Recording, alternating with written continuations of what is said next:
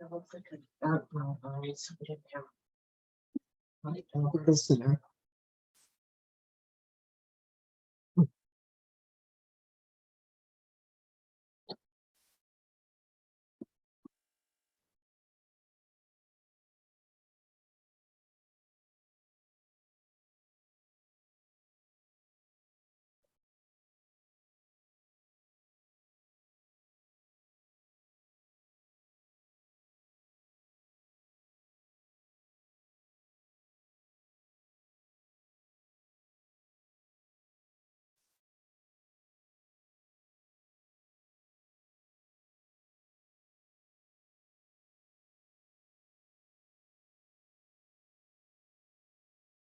Yeah.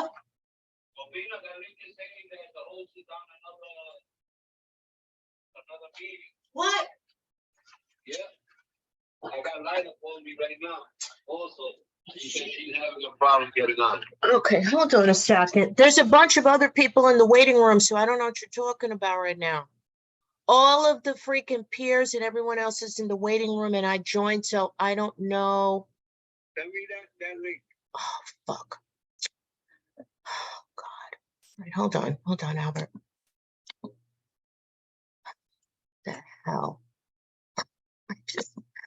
If it's not one thing, it's another.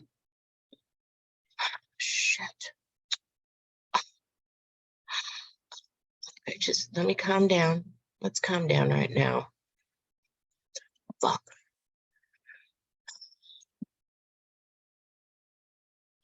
You see, I'm gonna try again while I got you on the phone. Oh, let me just calm down. Calm down. Damn it. Yeah, you see, the host has another meeting in progress.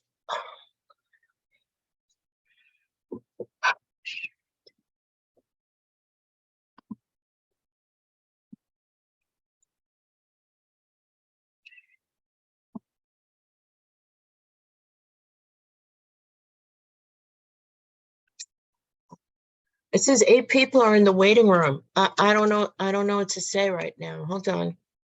And I am.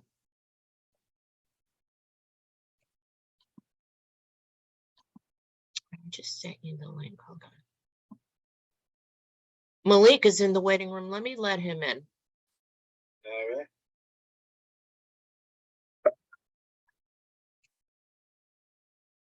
Okay, Malik is joining. Okay, I got the link now. There you see. All right. See?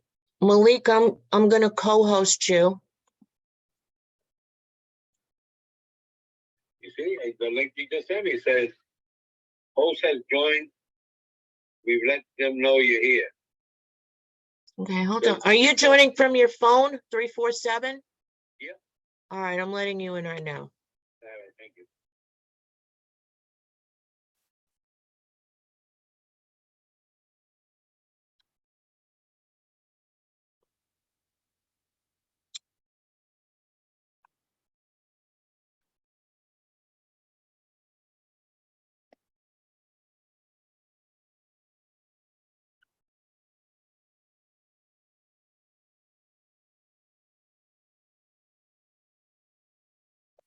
All right, Malik, listen, I am like still getting into drag right now, so I know I'm cutting it close because I started late. Let me just finish up. I co-hosted you and Albert. You can see who's in the waiting room. I will be ready like at 6. Is that okay? Yeah. Okay. All right. All right. I'm trying to fix my background. I don't know what happened in my background today. All right. All right. What's up, Al?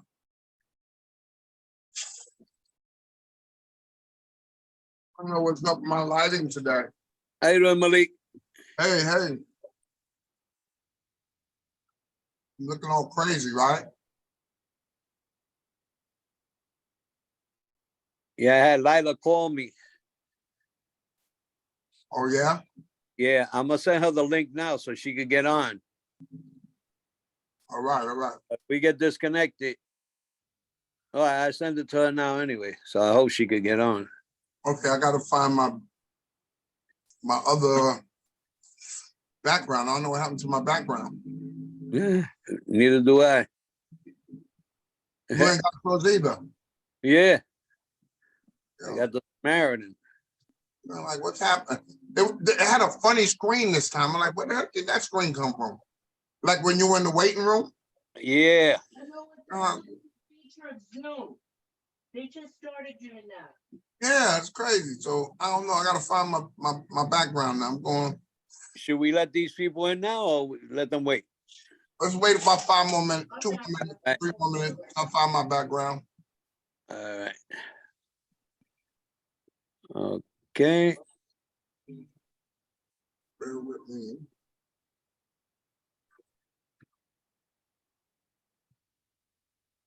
Oh, there we go. Here go my 2023 alumni. That's what I'm talking about. What happened?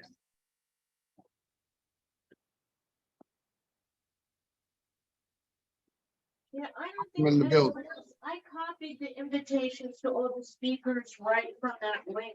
I don't know. Listen, I don't know what's going on. I'm not gonna freak myself out right now. Don't do that. Don't freak yourself out. Yeah. We got it, sis. We in the building. No, because I tried to get on and it was telling me that the host is on another meeting. I had to call her and she sent me this link and this Where one, did you find that though, Albert? the one that you sent, the alumni meeting tonight. Today. That's The- what she said today? Yeah. Yeah. I don't even know what to say about that. All right, we here now. That's it.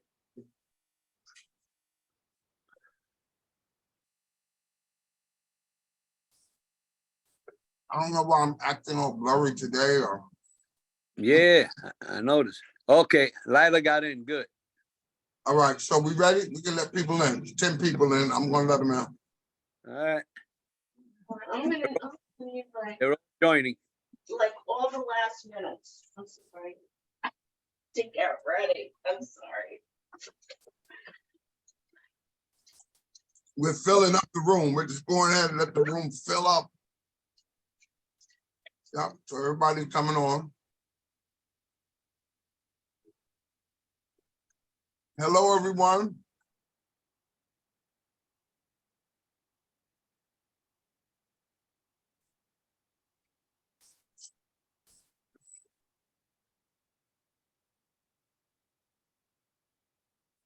Hey, Albert, good to see you again. Albert, good to see you again.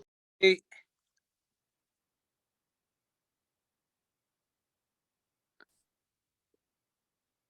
Hi, guys. I'm Kristen. Hello, Kristen. Annual from Upper Manhattan. Hello, Thank you. everybody. As y'all come on, hello. I'm from Upper Manhattan. I'm here tonight. Good too. evening, everybody. Good All evening. right. All right. Lila, finally. All right. She was Can you waiting hear for me, me. Kristen, can you hear me? Yeah, Yes, I can hear you. We can hear you. You can Hey, hear me? Lila. There we go. It's coming on here. Got it, Malik. Hello, hello, hello, hello. Uh-huh. All right. Testing, testing. What's up, baby? All right. Testing, testing. 1, 2, 3. Can't hear anything. We no. hear you. We hear you. Testing. We hear you, though. 1, 2, 3. Yeah, she usually has mic problems.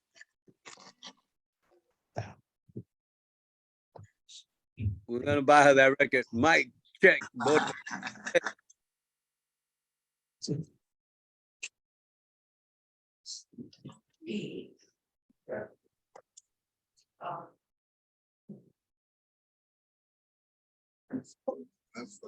Malik, what's today's theme? Black History Month. Hello, hello. Hello. Oh man, I cannot hear anything. We can hear you for some reason. And I You see don't know my shirt, why right? I'm all in and out today. You see my shirt? Hello, Don't play with me. Don't play with me, Albert. Kristen, can you hear me? If so, shake your head. We No? can hear you, but you Well, can't hear no, us. I can hear you. You can't hear us. Now I can hear you. We can hear, can you hear us? Put it in the chat box. Tell her we can hear her, but she can't hear us. Oh, did she leave? I think she left. Yeah, she'll probably come back on. Trying to come back in. Mhm. Mary Brenda, all right. I can't hear nothing.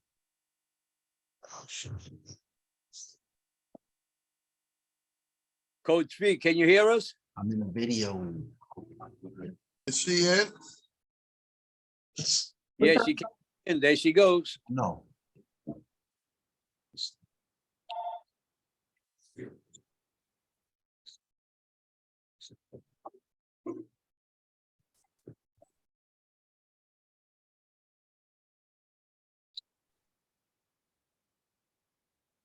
What an awesome meeting today, huh, Mary? Yeah, it was a good one. We had over, there was almost 300 people there today. Can you Yes. hear me when I'm Yeah. talking on the computer? We can hear Yes. you. Can you hear You us? can hear me now because I'm on the phone, but can you hear me when I'm talking on the computer though? We've We been here heard you, all but the you time. couldn't hear us. Oh, okay. You just Stay, couldn't stay hear on. us. Do me a favor. Stay on the phone. I'm gonna hang up. But I want Okay. to know if I can hear you. But you gotta unmute yourself. No, Who- no, Mom, I'm doing this wrong.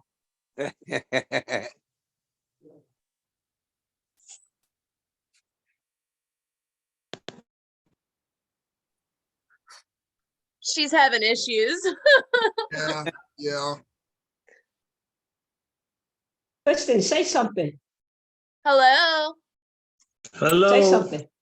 I can't hear Hi. you. Something. Hi, Something. you can hear me? Mhm. Yeah. Hear you. I can't hear Yes. none of y'all. Hear Okay, us. I'm gonna come out and come back in. One. I can't hear anybody. All right. That's them Obama phones, you know? Hey, Aponte, how you doing? Can you hear me? It's Gregory. Yeah, Yes, Greg. we can hear you. All right, how you been, man? Awesome, awesome. Yeah, we worked together at the outreach, me, you, and Lou, last Oh, week by the Burger yeah. King. Thank you, thank you. I was invited, man. I'm grateful. Good Great. stuff. Good stuff. Babe, that's what it's all about. All right, This all right. Dear This is Greg. the place to be. You breaking up. I said, this is the place to be. Yeah, I feel wanted. Awesome. Yes, sir. All right, Louis coming on too. The room's filling up. The room's filling up. Uh-oh, what's it all about? Oh, my goodness. What's it all about? Is that Ruth coming on? No, it got to keep from saying that. Ah, that's my girl. I'm saying that. Hi, Ruth. Hi there, everybody. I tried the slogan out in a completely different environment earlier today, and a couple of people on the call responded to my call out with recovery. We are getting legs and traction here. Oh, my goodness. Oh, Good. Louis, what's up, my brother? Hi, how you doing, guys? Good evening. Good to see you all. Hey, Lou. I must be Hey. as handsome as you because today Mary called me Louis. Wow. No, you're the cute one. You're the cute one. This is Gregory, Everybody, one of hello our peer speakers. everybody. hello, hello. Hey Malik, hey Louie, Albert, Lila, Hey, what's up? Angelia. Oh, Good morning. good morning it afternoon, is. Good everybody. morning. I can finally hear you guys. Thank you. All right. Malik is catching feelings. Let's because I told give him- her a round of applause for determination. All right. Yeah. Persistency. See? Coach B, her persistence. Yes. Never give up. That's a new Never slogan. give up, never give in. Exactly. Exactly. What's up, Danelle? Danelle, Hey, Lou, I see you. All right, guys. Aloha, I'm here. everyone. One Good love, to be what here. Good up? to see y'all faces. All right. I'm good. One love. the infamous Reggie James is in the building today. Mm. Right. Reggie. Daryl Brooks. All our speakers here. Our speakers are bright and early. They're bright. Yeah, I was about to say Laurie Johnson Wade is here as well. So there she is. Just gonna unmute and say hello to everyone. I did. I said hi. Oh, okay. I missed it. Okay. Yes, you did. You couldn't hear anybody. Thank you. Hi, Anne Marie. Haven't Hey, how, seen you in so long. Glad you're back. thank you. Good to see you also. Brenda, you're want to say looking that, beautiful. Love your hair. Angelia, Nice. What's our theme today? Black History Month. All right, Alvin's wearing the shirt. Okay. It's been a long day. You can imagine. It's been a long day. I'm like, wait a minute, Black History Month. Did it change your woman? You got me good, Albert. But you always on point and always representing. So I try. gotta love Albert. Before they kind of get started in the steering committee, now I just want to say a big thank you to all of you guys that traveled to stand up for Recovery Day. Malik showed out. Luis is the star of our video. He doesn't even know. People just Really? Yeah. He got you. He shot you a couple times. He kept you in the final edit. One love. Thank you so much. Everybody just keeps on talking about He was awesome. your performance and how amazing you were. So I just wanted to say thank you to all of you guys who came up for the day, got on buses, and I mean, I can't thank you enough. I cannot thank you enough. You really helped to represent Stand Up for Recovery Day. It was felt, had over close to 40 meetings over a 2-week period. So just amazing. Just showed up. This past weekend, I was in Albany again for caucus weekend, and people remembered. I had a couple of people say something to me about Recovery Day. So I was like, wow, okay, all right. So the impact was felt. So I wanted to just definitely say that to folks. Yes, and we had a wonderful turnout. Just big turnout. I think I think kids are coming back. Yeah. I really. Well, the recovery conference is coming up. That's in person, October. Yeah, let's push it. Let's push it. Shameless plug. Shameless plug. Back.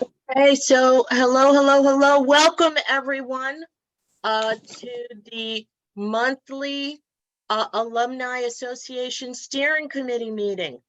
I'm gonna just quickly put our agenda up on the screen.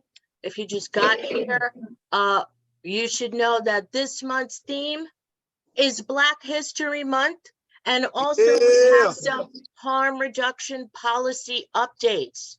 So I'm just gonna quickly scroll through this screen, and then we're gonna get right to the introduction of the steering committee meeting and our roll call. So without further ado, I'm going to turn it over to the president of the Alumni Association Steering Committee, Albert Aponte. Thank you. Oh my God, you made me feel so special, so big, the president. Yes. But remember, like says, I was dual diagnosed. I was president and treasurer at the same time. Welcome, everybody. Thank you for joining us. We have a good meeting installed. And like always, my name is Albert Aponte. I am the supervisor for peer services at Samaritan Daytop Village Outpatient Programs. I'm a person in recovery. I'm also co-chair for consumers at the Bronx Council on Alcohol and Substance Use Disorder. I am a proud member of the board of For New York. Big shout out, because if it wasn't for them, you know, this wouldn't be happening right now. I do want to thank also Oasis, who started this. You know, we started with them and they gave us the platform.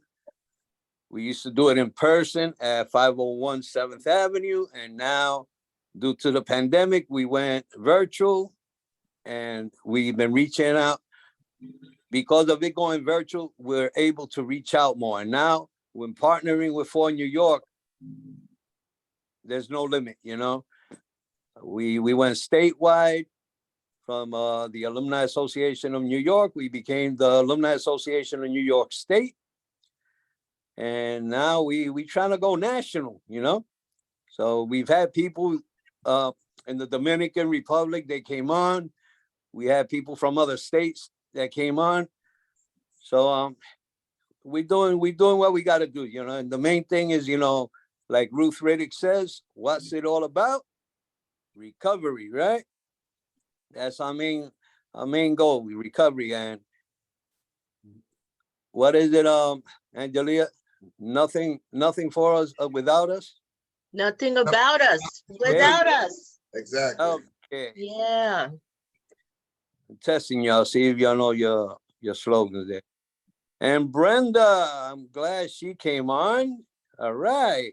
So I'm gonna let the other steering committee introduce themselves, and Louis, you're next. So Louis always does a moment of silence, you know, which I love this, you know. Louis, take it away, man. Excellent. Good afternoon, everyone. Well, good evening, everyone. Peace and blessings. First and foremost, let's take a moment of silence for those individuals that have passed due to an overdose and from this pandemic.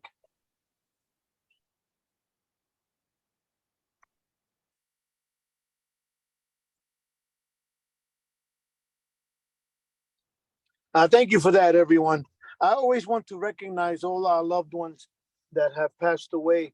You know, it's so important. My name is Louis LaBoy. I'm a person in long-term recovery. And what that means to me is that I have not used any drugs in 25 years, which is amazing. And I'm an alumni of Phoenix House. I am the chairperson for the Bronx Council on Alcohol and Substance Use Disorders. I am a board member of the New York Certification Board. Yeah. I'm also the senior administrator for residential programs at Acacia Network. I'm also part of the South Bronx Street Outreach Team and the Acacia Network South Bronx Opioid Impact Collaborative. So I'm wearing a few hats. The most proud one that I wear is that I am a certified recovery peer advocate. I just want everyone to know that the Alumni Association, our goal is to support one another through this journey in recovery and to pass everything that we learn and that we discover, pass it on down to the next person seeking recovery and escaping the horrors of addiction. And that's why we meet here every month. And for that, I am extremely grateful. And I wish and hope everyone peace and serenity, and as well as a very happy Black History Month. And with that, I just want to add, before you go into this, Arthur Schomburg, right? A great role model. The man was born in Puerto Rico, just in case you didn't know, in Loíza Aldea. All right, guys? So enjoy the meeting. Peace and blessings. Happy to be here. Malik, take it on.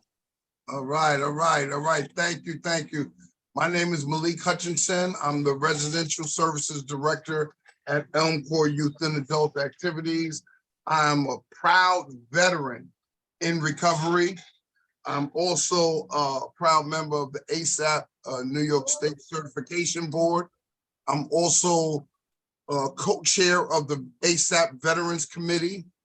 And I was just elected onto the board of directors for the National Coalition of Homeless Veterans. So that's an announcement I'm making public today. I was just nominated and elected this week. And it just ties into me advocating for veteran-supported recovery. So to recently hear the Commissioner of OASAS say in her speech in Stand Up for Recovery about recovery housing and veteran-supported recovery being on the table as priority issues, it just made me feel so good. And as a proud veteran in recovery and as a peer and as someone who's been in this peer movement, I'm just so appreciative of being part of this alumni steering committee and to see the future of the field and where it's going. So thank you all for being here. Thank you so much, Malik. And other members of steering that want to introduce themselves at this time. And Good morning. Good morning. I wish it was morning all over again. My name is Anne Marie Cross, and I am a grateful recovering addict. Welcome to this Alumni Association meeting. I'm happy to see all of you here. I haven't been here. I missed last month's meeting because I had to work, and I've been kind of sick and life is just showing up, but I still remain grateful. I'm a person in long-term recovery. I'm a recovery coach, a SERPer, and I currently work as a KSAC clinician at St. John's Riverside Hospital. I want to welcome old members, new members, some-timers, the old-timers, and for obvious reason, I'm very happy about Black History Month. And with that being said, just let the games begin. Okay. Yeah, so at this time, I'm going to pass it over to Brenda Harris Collins to do our ATC roll call. Good evening, everyone. Oh, excited to be here.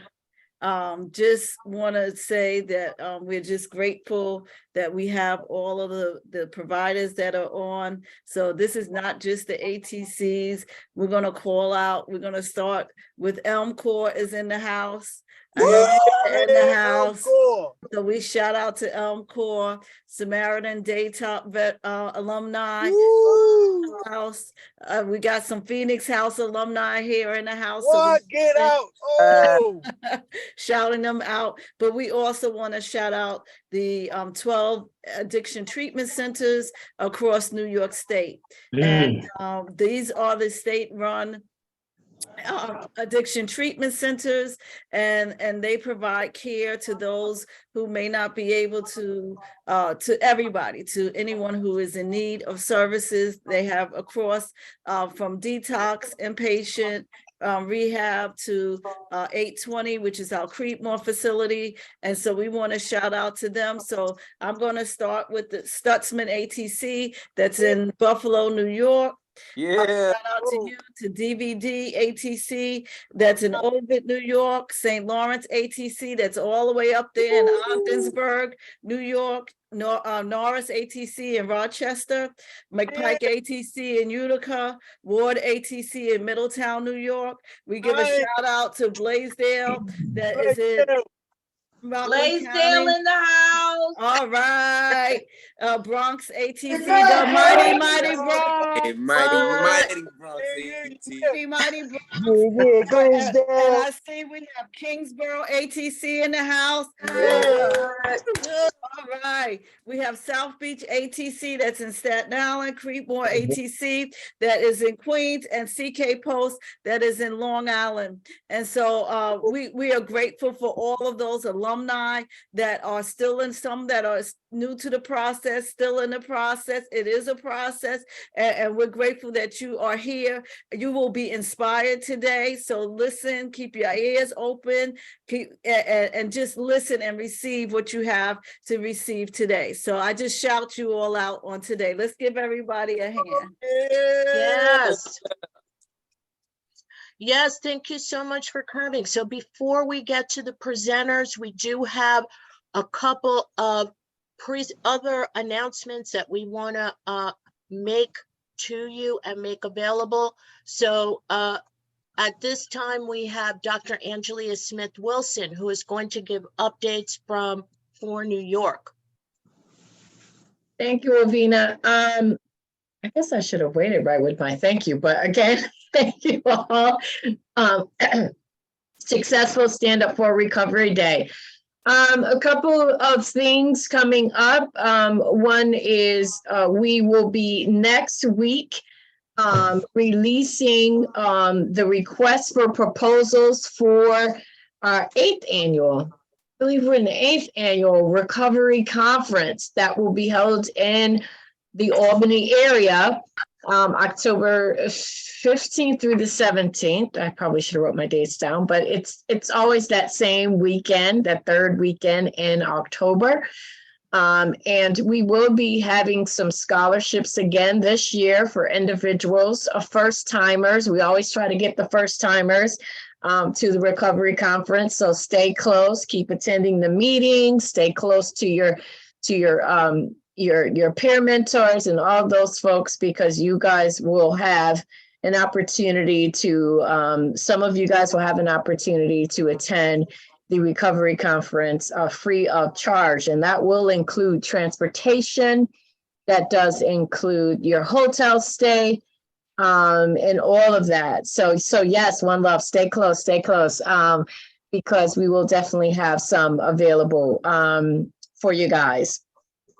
We also will be getting ready to announce our September is Recovery Month. So again, stay tuned for those announcements around that. And last but not least, we are hopeful that we will have SERPA scholarships beginning in June. I'm knocking on wood, Brenda. Where Brenda? I'm knocking on wood. Okay. So, and those SERPA scholarships will entitle you to the full curriculum, to the full courses. They also cover exam fees. We are working on a new enhanced SERPA scholarship for the next 2 years, a SERPA Institute for the next 2 years. So we'll have some special perks that will be added to the SERPA program, some first time ever wraparound dollars, we're hoping, so that as people go through things and things happen, you know, you'll have some assistance. So if you are very interested in becoming a SERPA, I'm going to put my the info now. Oh, Jennifer's on. I see Jennifer's on. Yeah, she's on it. She's on it like a hornet. Right. So yes, so that'll be big. That will be big. And so, you know, it's an excellent opportunity for individuals with lived experience to enter the field. You are so much needed, you know, with regards to helping people to maintain recovery. You know, we certainly, treatment is certainly a modality. It is a pathway. It is something that we support, but we know that there are multiple pathways, and it is actually peers in the workforce that helps to enhance multiple pathways, right? Well, however you enter recovery, and there are peers that peers primarily support that process. And so we're looking to increase peers across New York State, in the schools, right? In the, well, let me put an asterisk by the schools, but in the hospitals, in the jails, in all of those places, to be able to support people in their recovery along their walk of life. So again, so glad that we will have another opportunity to offer these scholarships. We already have a small wait list going, so we will hopefully be up and ready in June to be able to begin to accept the first kind of cohort into the academy. So stay tuned and stay close. Wow. Thank you so much. That is so exciting. I mean, when I was just having some thoughts today when we say how far the field is expanding and you know, things that are happening. So we just had the veteran supported recovery piece. Now we're talking about criminal justice involved peers. Like, it's incredible. Like, if people could only understand, like, just, I want to say 20 some odd years ago, the rule said 2 parolees couldn't be in the same room together or they would be rearrested. So to hear today that we have a criminal justice involved peer advocacy component, get ready to drop. This thing is moving, y'all. Better join. Yeah. Forward, because we just move it out the station. I just want to put that out there. And to your point, to your point, one last word. This year's theme for the recovery conference is recovery efficacy and how multiple pathways work. The peer track will be there to provide evidence of how peers being in and on the recovery journey with each other does help, right? So our goal this year is to show how recovery works, the multiple phases of it, the multiple pathways of, but at the end of the day, it works. The data will tell the truth. Okay, so if you are a person right now who's in an ATC or sitting with a provider, this is the hope that we're talking about, because the training, the scholarships that are going to be available when you graduate, it's absolutely incredible opportunities presenting themselves. So this next woman, I had the privilege of meeting her in person at Stand Up for Recovery Day, because when we get back in person, especially in Recovery Month, it's going to be fantastic. I got an opportunity to give her a hug at the podium. She is the director of the Harm Reduction Bureau. She's going to give us some updates about that very quickly, and I give you Mary Brewster. Yeah, hi everyone. Good evening. Thank you so much, Wilvina. It was so wonderful meeting you. That was a beautiful day. Angelia, to get to meet you in person was wonderful. And Brenda, anytime I get to spend with you, I will take. So again, I'm Mary Brewster. I'm the Associate Commissioner for our newly formed Division of Harm Reduction at OASIS, which is really, really exciting to, especially me. I have my dream job and get to talk about harm reduction all day, but really, really exciting to have harm reduction recognized as, like Angelia has said, a pathway that people can take, and really having a new commissioner at OASIS that openly embraces harm reduction and is really using it as a lens for the work that we're doing at OASIS moving forward. So for me, the way that I have really, and I'm not going to do a PowerPoint presentation, this is just, I want to just take a couple of minutes to update you on what we're doing at the state in terms of harm reduction. But for me, harm reduction is really defined by 3 words, and it's any positive change. That's how I was taught harm reduction. That's what harm reduction means to me, and how I've always worked with individuals in my career. So I like to think that we're all harm reductionists and that we all got here because we've made positive changes in our life. If you want a more in-depth presentation on harm reduction, I'm happy to come and chat with you about it. I will make sure and drop my information in the chat. But I just wanted to update you on what we're doing in my division and what OASIS, the Office of Addiction Services and Supports here in New York State, is doing with regards to harm reduction. So a big part of it is my newly formed division. I've been in this role for 6 months, and I'm finally getting a staff member. So it really has been me as the division right now. I've been the harm reduction pillar. We're going to have more people to that and make it a stronger pillar, thankfully. And really, I'm thinking of my work in 3 different ways. The first thing that we'll be doing is really focusing in on education, technical assistance, and building out resources for our provider community, which includes 1,700 providers throughout the state, as well as the 680,000 individuals that touch our services in any given year, and really also for the general public. So building that out, and also building out technical assistance resources for our internal staff. Just because we have a new division of harm reduction at OASIS doesn't mean that everyone understands what harm reduction is. And so we want to create a space where not only our providers and those that are interfacing with our services can get support, but our staff can as well.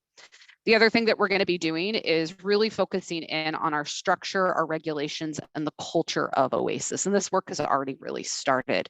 A big part of that is going through and making sure that the regulations that we have this view, this lens of harm reduction, and also have a lens of equity, justice, diversity, and inclusion on those.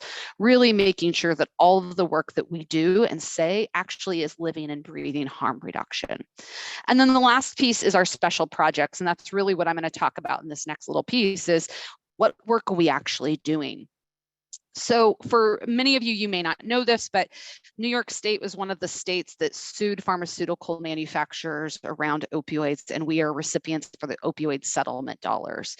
And that means that over the next about 18 years, over $280 million is going to be coming into the state, really focusing on opioid use disorder, knowing that it's devastated our communities. Right now in New York State, 1 person dies every 5.5 hours. And this is the statistic that just keeps me up at night and really drives the work that I do. So with these funds, some of the projects that we're doing are, we are taking our outpatient services, our 822s, and we're taking them into community, recognizing there are some people who are just never going to be able to come into a brick and mortar building to be able to receive outpatient treatment services, but that could benefit from them. So removing those barriers as much as we possibly can. We're also partnering with a lot of our harm reduction partners throughout the state to do street level outreach. We know that these individuals who are maybe not historic substance use treatment providers work with people who use drugs that are maybe ready to start that recovery journey and just need that extra help and assistance navigating that path. So these teams are going out into parks, predominantly here in the city, but engaging people on the street and where they're at. We also are working with a number of New York City homeless shelters. There's a statistic that came out this year that's pretty sobering, as most of the statistics surrounding substance use are. But not only do the majority of people, or half of the overdose, or half of the deaths in DHS shelters are due to overdose, it's the majority of deaths in the shelter system are due to overdose. So we're working to bring outpatient services and MOUD and MAT into the shelter system, working with that vulnerable population. We also just released an RFA, a release for applications for low threshold buprenorphine. So this is really removing as many barriers as we possibly can for people who have opioid use disorder to start medication for addiction treatment, and really trying to work with those individuals and tailor their recovery and their treatment to their individualized needs. And then we are also doing naloxone distribution. So we are making naloxone or Narcan available to all of our providers, not just our treatment and treatment providers, but our prevention providers, our recovery providers, making it available to everyone, because just because you may not be engaging in substance use anymore doesn't mean a friend, a family member, a loved one isn't, and it's just good to have it on hand. We're also dispensing fentanyl test strips to all of our providers. In addition to our OASIS treatment system, we're making this available to the Office of Mental Health providers as well, recognizing that co-occurrence of substance use disorder and behavioral health issues, there's that overlap. So making sure, regardless of what door you're walking into in a state program, you have access to these life-saving services. And the last one we're doing is a drug checking project. So again, we know that what's killing one person every 5.5 hours in New York State is the unregulated drug supply. And a person doesn't deserve to die just because they decide to use substances. And so what we're doing is we're investing in technology so that a person, if they decide to use a substance that's unregulated, they can come into a site and have their substance tested so they know exactly what it is that they're using. We know that fentanyl is in the unregulated drug supply, but there are other substances that are popping up. We know that xylazine is showing up in New York State now. It's not just in Philadelphia. And that if we can give information to people, we know that power is knowledge. So really trying to make people as informed as they possibly can and removing as many barriers as we possibly can to care and treatment. So again, been in the role for 6 months. We got a lot going. I will say in the governor's executive budget, harm reduction was mentioned 10 times, which is really, really exciting because I think even if you would have looked a year ago, you would not have seen it mentioned at all. So we know that harm reduction is about meeting people where they're at and recognize that recovery is individualized, and harm reduction just gives us those tools to help lead that person down whatever path they're wanting to go on. So again, I thank you all so much for letting me come in and steal just a couple of minutes. I'm going to drop my email in the chat. Please feel free to reach out to me if you have any questions. Always happy to chat with you. Thanks. Okay, so I don't know if anyone has any questions for Ms. Brewster at this time, any quick questions, because I know she gave like a lot of information. And yeah, that xylazine, they had something on PIX News that was like horrific, like zombie apocalypse. So thanks so much for making, I guess, this unregulated testing of materials available. Well, Vina, questions you can put in the chat, and Brenda will make sure to read it out. Okay, all right. I just see a hand. Do we have time to take one hand right now, if that's okay? Yeah, of course. Yeah. All right, One Love, go ahead. Aloha, everyone. Grateful recovering addict, Danat. I guess my question was, oftentimes I being a person that left the rehab, are these kind of like packages that we might also receive on the way out? So it's like on graduation date, is this something that's also given with the certification of graduation? Yeah, so that was actually, yeah, that's an amazing question and really is tying into exactly our intention. So part of what we did in changing the recoveries is making that part of the process, part of the discharge, is that people leave with or are offered, that's how it's written, I believe now, are provided or offered a naloxone. And what we were running into is that a lot of our treatment providers, they weren't opioid overdose prevention programs through the state. And it was another hurdle that they had to jump through, especially our prevention and our recovery providers. So that is why we're making the naloxone available to them so that they can do exactly what you said, One Love. Upon discharge, a person can be offered naloxone with those resources.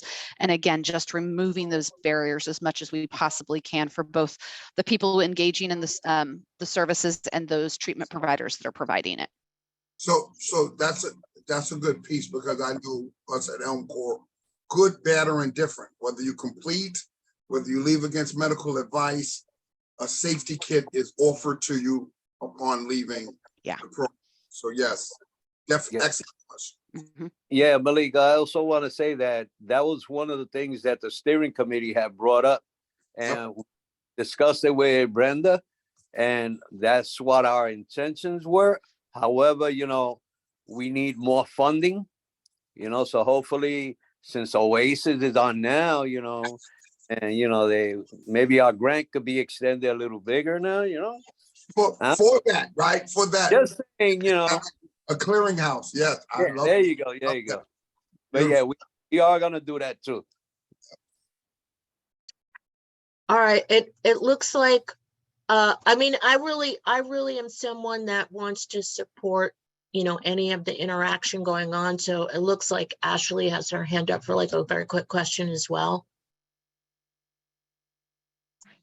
Hi, everyone. I'm Ashley. I'm a recovering addict. My question has to do with Narcan as well. I know maybe a year or two ago, SAMHSA had put out a grant for Narcan vending machines around New York, but I don't know anything that came about that. Do you know if the grant is going to be done again, or if that's in the process, or if there's anything being done in regards to Sure. Narcan vending machines around the city? Yeah, so I don't know, I can't speak to the SAMHSA funding. I don't know what they're putting out. So with these opioid settlement fund dollars, we'll definitely be putting out new initiatives. We're almost getting a new RFA released every other week. Harm reduction vending machines are on like my list of ideas that I have. It may not be this year, but it could be next year, just seeing how that goes. We do have a number of organizations throughout the state who have, they're called SOAR dollars. It's state opioid response dollars. And we have our SOAR regional networks. We have a couple that have used those dollars to purchase the harm reduction vending machines because it is possible to use those dollars. I will say, in terms of an intervention, this is not that expensive of one. The vending machines cost, I mean, your eyes are going to go this big because it's a vending machine, but they cost about $10,000. So they're not a huge cost to maintain. And there are so many programs that have been doing in the state that, right, harm reduction is all about making connections, that if your program has some, I mean, who has just extra money lying around, right, in these times? But if your program does have some funding that you could put towards this, of course, OASIS would stock them with the naloxone. So that shouldn't be a cost that's being calculated into that.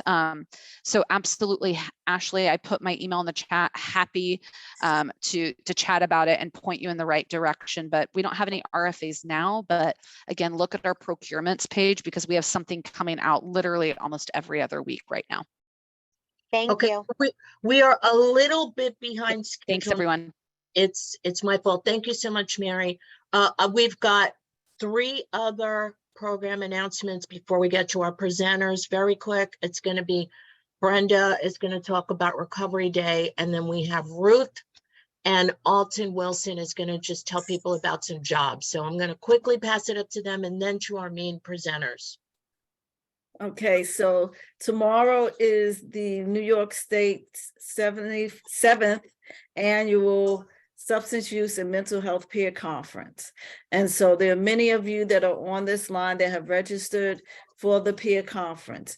The peer conference starts tomorrow at 9 a.m.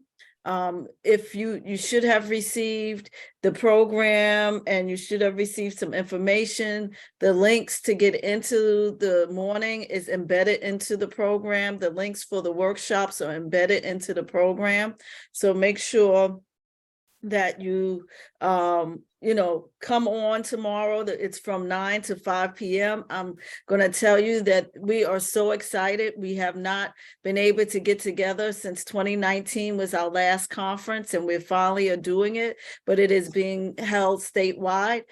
We expect every time we have a conference, it helps to move the peer movement, peer workforce movement. So we're looking for what is going to come out of this. So looking forward to seeing you on tomorrow. Yes. Okay. Can you tell them what the conference is about more in short, briefly? Sure. So it's a substance use and mental health peer conference. We have joint values, peers, the peer workforce, and it really is to take a look at the theme of the conference is the professional peer ongoing evolution. So we are moving forward. We're constantly changing to meet the needs of those who are in need of the services. COVID changed how peers are seen. Peers were the ones that were really able to, peer recovery coaches, SERPAs, CARCs, SERPA-Ps, the certified peer specialists were the ones that really responded to those that were in need when programs weren't open. And they were able to be creative and do things, be innovative. And so we're looking forward to really looking at those innovations. We're looking at how we can move forward. One of the things that is going to be taking place is a trauma-informed roundtable, and looking at a call to action in regards to that area and how we work and be mindful of compassion fatigue and how we can get to compassion resilience and look at things that are happening statewide. And so it's going to be really informative. We have 15 workshops that you can attend at the conference. We have our keynote speakers, Dr. Jonathan Edwards. We also have a peer speaks that the Alumni Association is putting together. We have 3 people, one that's going to represent harm reduction peer, we have a SUD peer, and we have a mental health peer that will be sharing their stories at the end of the conference. It's going to be a valuable day. Thank you. Okay. And All right. also job opportunities also, right? Oh, career Yes, fair. There is a yes, career okay. fair. I'm sorry, career fair that is Mm. taking place. There are 25 providers that have job openings for both mental health and SUD peers. So there is a career fair that will take place, and the ASAP NYCB board is going to, the certification board will be a part of that career fair, as well as the Academy of Peer Services, which is the mental health certification board, as well as CHAMP will all be a part of that career fair. Thank Awesome. you, Albert. Thank you. We were remiss in mentioning that. Mhm. So, so moving And the right. best part about it, that is free. It is free.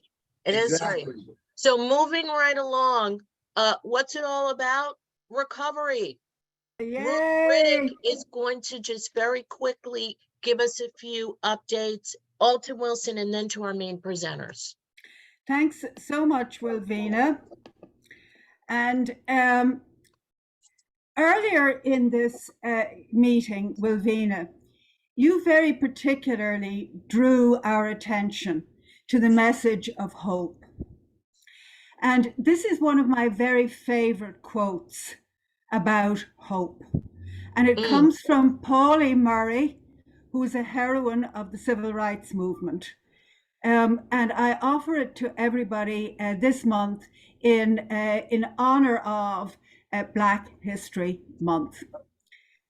So Pauli Murray says, "Hope is a song in a weary throat." And I think those of us who've been through the mill with substance use disorder can truly identify with that. So thank you for that, Pauli Murray. Moving right along, I wanted to bring you this year's logo from ASAP New York State, the New York Certification Board. Last year, all of you folks helped us celebrate our 10th anniversary. And this year, I'm so thrilled to be again with you as we move into year 11. The New York Certification Board at ASAP has been proudly certifying the peer recovery profession since 2012. So thanks to all of the pioneers from 11 years ago, and thanks to the present members of the board, Malik and Lewis, who are with us, not merely with us this evening, but without whom we would not have an alumni association. And Malik and Lewis were very much a part of approving this latest policy update at ASAP New York Certification Board.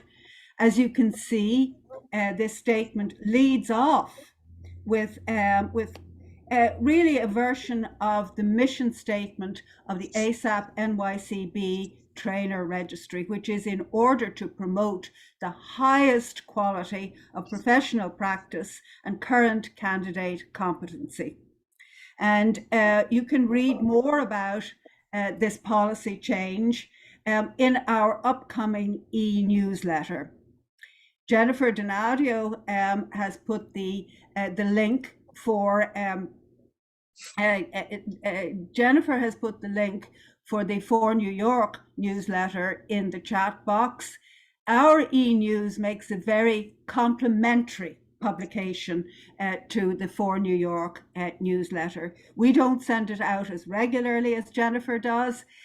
We just send out an e-news when we have this kind of important information to bring you about what's happening in terms of training and certification in the peer recovery profession.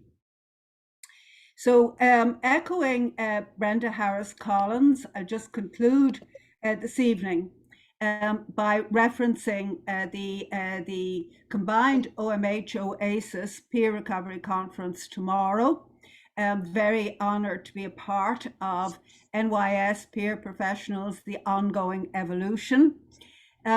Two things I wanted to say about the conference tomorrow. One is I'm absolutely thrilled that Wilvina Gordon will be the moderator of the workshop that I'll be leading tomorrow at 12:30. I'll see some of you there. I hope we will be developing personal mission statements. We will be evolving. The other piece of information that I wanted to be sure to bring you this evening is that participation at the Substance Use and Mental Health Peer Conference tomorrow is approved. Many of the workshops and the sessions are approved for continuing education credit. So if you folks are certified by ASAP NYCB, if you are certified addiction recovery coaches, if you are certified recovery peer advocates, if you are veteran supported recovery professionals, you can help build your continuing education credits by attending the SUMH conference tomorrow. So Brenda, Wilvina, I, and everybody else who's involved in this conference, and truly, there's a village of us. We very much look forward to seeing each and every one of you tomorrow. Thanks so much. Thank you. Thank you, Ruth. What a beautiful slide selection, and that poem, especially for Black History Month. Thank you so much for preparing that. So, Alton Wilson, what jobs are available? Thank you very much, Wilvina. So I'm Alton Wilson. I'm the Director of Recruitment and Talent Acquisition at Acacia Network. We're just one of many providers that are hiring. We have employment opportunities for SERPAs in all 5 boroughs of New York City. We also have a facility in Buffalo and one in Albany that needs a SERPA. And we will be on the conference tomorrow as one of the providers that was mentioned. And then I have a couple of my peers that work for Acacia Network that's going to be talking to the job seekers that are looking for employment with us, just to get, get a better idea of what it's like to work at Acacia Network. So if anyone's a peer, if they know someone who has their SERPA P, we are hiring, like I said, for all 5 boroughs. We're also, outside of a peer, we also have positions in our homeless shelters. We have over 40 homeless shelters in all 5 boroughs. And due to the migrant families coming into the city, we really need staff. So if anyone wants to be a residential aide, a case manager, a maintenance worker, a housekeeper, on and on, we are hiring. I will post it on the For New York portal where employers have the ability to post jobs. I just looked at it. It's grown since last month and the month before. So kudos to For New York for increasing those employment opportunities. And thank you for allowing me to share. I'll put my contact information if anybody wants it in the chat box. Thank you, Wilvina. Okay, so now, without any further ado, because I want to apologize to the presenters, we're a little behind schedule. Up next, we have featuring Ubuntu Recovery, Lori Johnson Wade. Thanks, Wilvina. Let me share my screen if I may. Yes. Okay. Okay, so I just want to thank For New York for inviting me. Angelia is my sister in the work. Anytime she asks, I show up. And so for those of you who have already experienced this, let me tell you, I'm always working on this presentation. So there are some new things in it. I'm going to be mindful of time and the other folks in this space, but happy Black History Month. And I love the energy that's here in this space. LDA Ubuntu Recovery. First of all, LDA is Lost Dreams Awakening. That's the recovery community organization that my husband and I co-founded. We've both been in recovery since 1991. I'll have 32 years in May and he in August. So we're living the dream in being able to give back to our community. But what is Ubuntu? Because more important than me is us. And it's the ancient spirituality of humanity's oneness. And it is a gift from, let's see what's going on here. It's a gift from Mother Africa. We use the Sankofa bird as our symbol for Ubuntu recovery in honor of our ancestors. You can see the Sankofa bird here. It's a bird with its beak facing backwards, but with its feet facing forward, an egg in its mouth. And what it symbolizes is that we need to go back and fetch it. Get what's good from the past and bring it into the present to make a better future. So honoring our ancestors is a very important part of this. I'm super pleased to be able to present this during Black History Month, my favorite month of the year, and something definitely worthy of being celebrated every day. But in this, I love this, this clip. It talks about one generation plants the trees and another gets the shade. So that's what we're doing. We're all here, you know, on at least in this season to plant. Want to share and honor my ancestors during Black History Month. These are my great-great-grandparents. They were freed slaves from the Waugh Plantation in Culpeper, Virginia. They sit in the middle with their 10 children. The gentleman with his hand on his father's chair is my great-great-grandfather. That is my great-great-grandfather. He served in the Civil War. This is his death notice. And he was a hardworking man. And so this is him when he was younger. This is his wife on the right, my great-great-grandmother, Martha, and her sister Rosamond on the left. They were both enslaved in Virginia and saw freedom together. So they were inseparable to the day my grandmother died. This is one of my favorite pictures here. This is my grandfather. So on my mother's side, this is the great-grandson of a freed slave. Kenneth L. Waugh Sr. This was my mother's father. He's on the far right. He was in the last regiment of the Buffalo Soldiers at West Point, New York, where he met my grandmother, who was professionally trained as a dancer and danced at the Cotton Club. She was from the Bronx.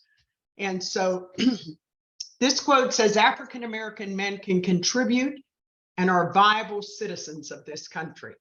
And so this was him and his cronies. As you can see, my grandfather was a jokester. He had a nickname, Legs Diamond. And that's something I think that's cultural, that we get these wild nicknames. So that was Legs Diamond. All right. This was my cousin Ethel in her Sunday best. Faith's always been the cornerstone of our community. And I wanted to just share with you where Ubuntu comes from somewhat. Africans have a thing called Ubuntu.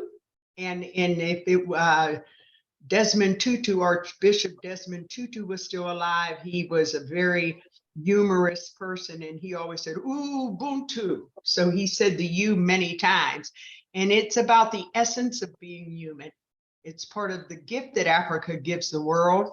It embraces hospitality, caring about others, being willing to go that extra mile for the sake of another.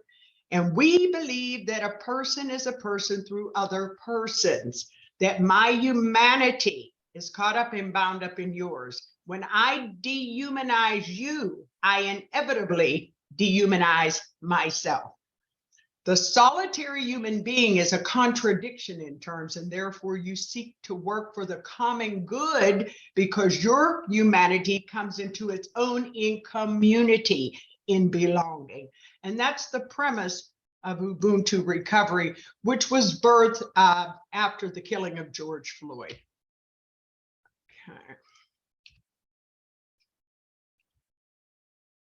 Okay, so just a couple of things about Ubuntu Recovery. It's a community-based recovery pathway that exists to affirm and humanize individuals and families seeking an inclusive SUD recovery community. Abstinence is not a requirement. You don't have to wait to join Ubuntu. You can come in any condition that you are. Abstinence is not a requirement to belong to society, nor is it to Ubuntu.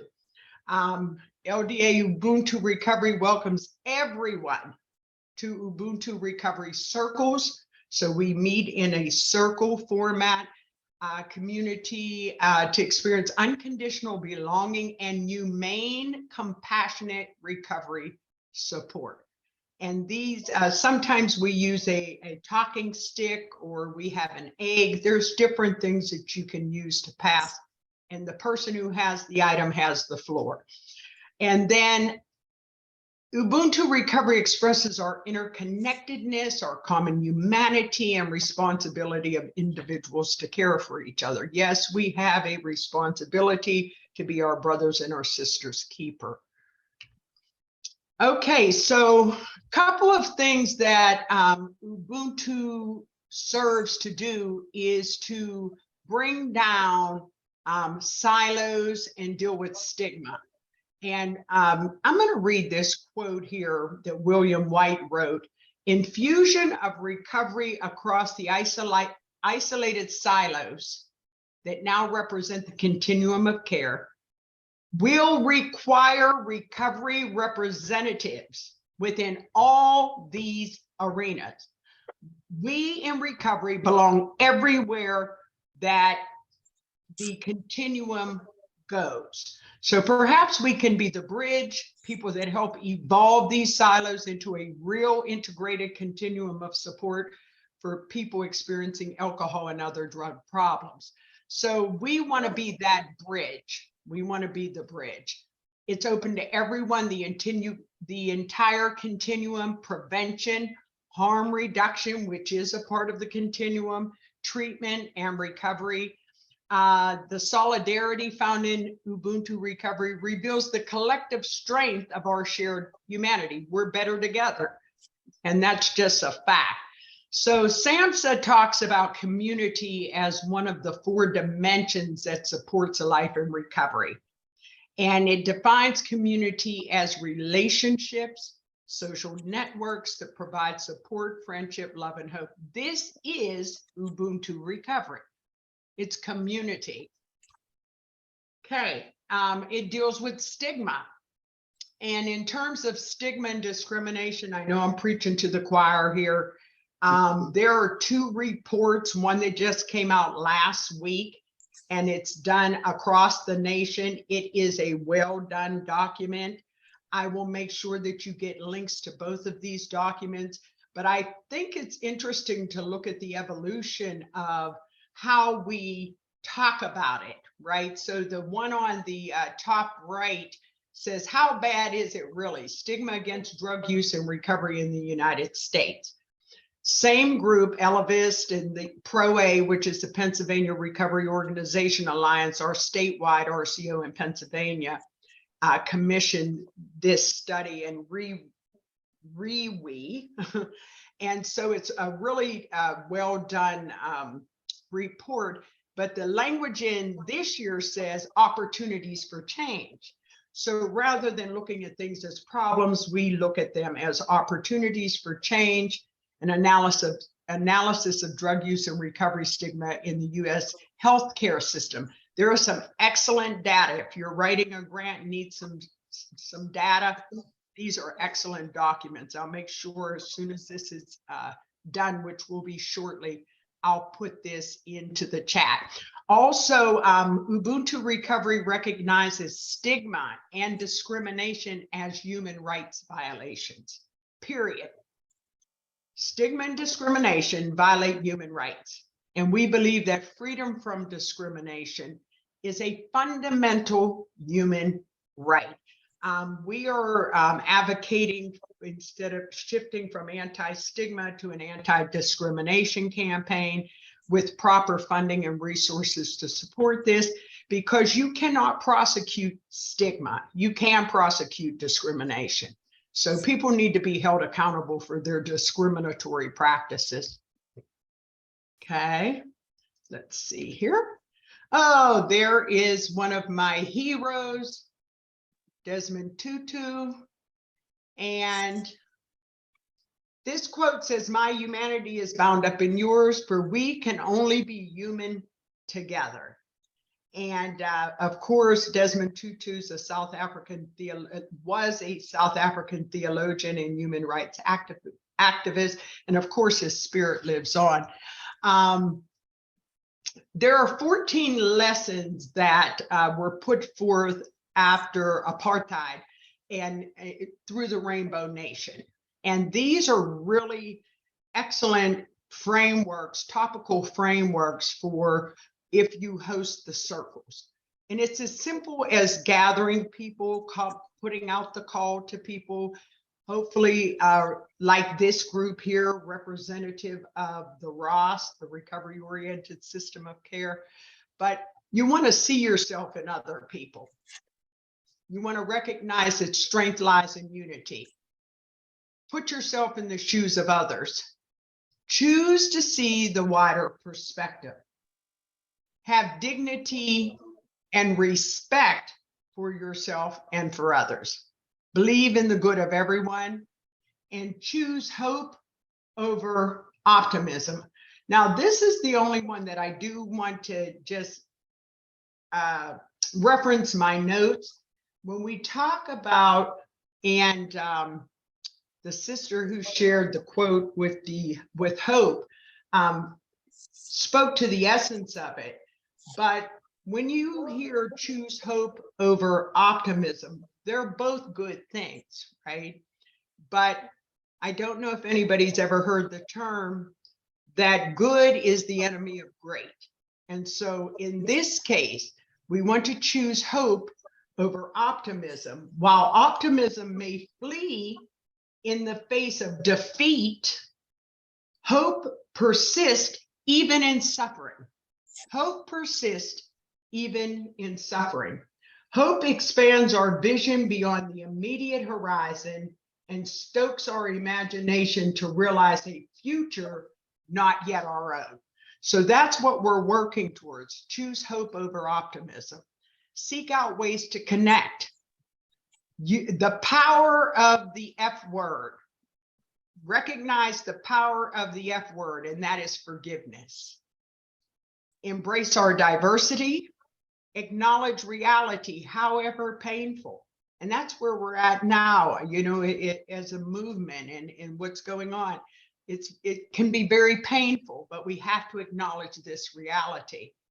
Find humor in our humanity, be able to laugh at yourself and at humanity as a whole.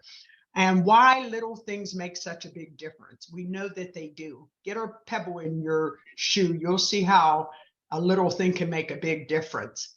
And learn to listen so you can hear. Look to see and listen to hear. Now, these principles are absolutely beautiful to aspire to talk about. I use the most powerful Ubuntu circle that I have used has been around the distribution of naloxone. When you can have a discussion on the value of human life and have people talk about their experiences around that, it's not just giving somebody naloxone anymore. It's about giving someone life. And so it's a very powerful vehicle for naloxone distribution.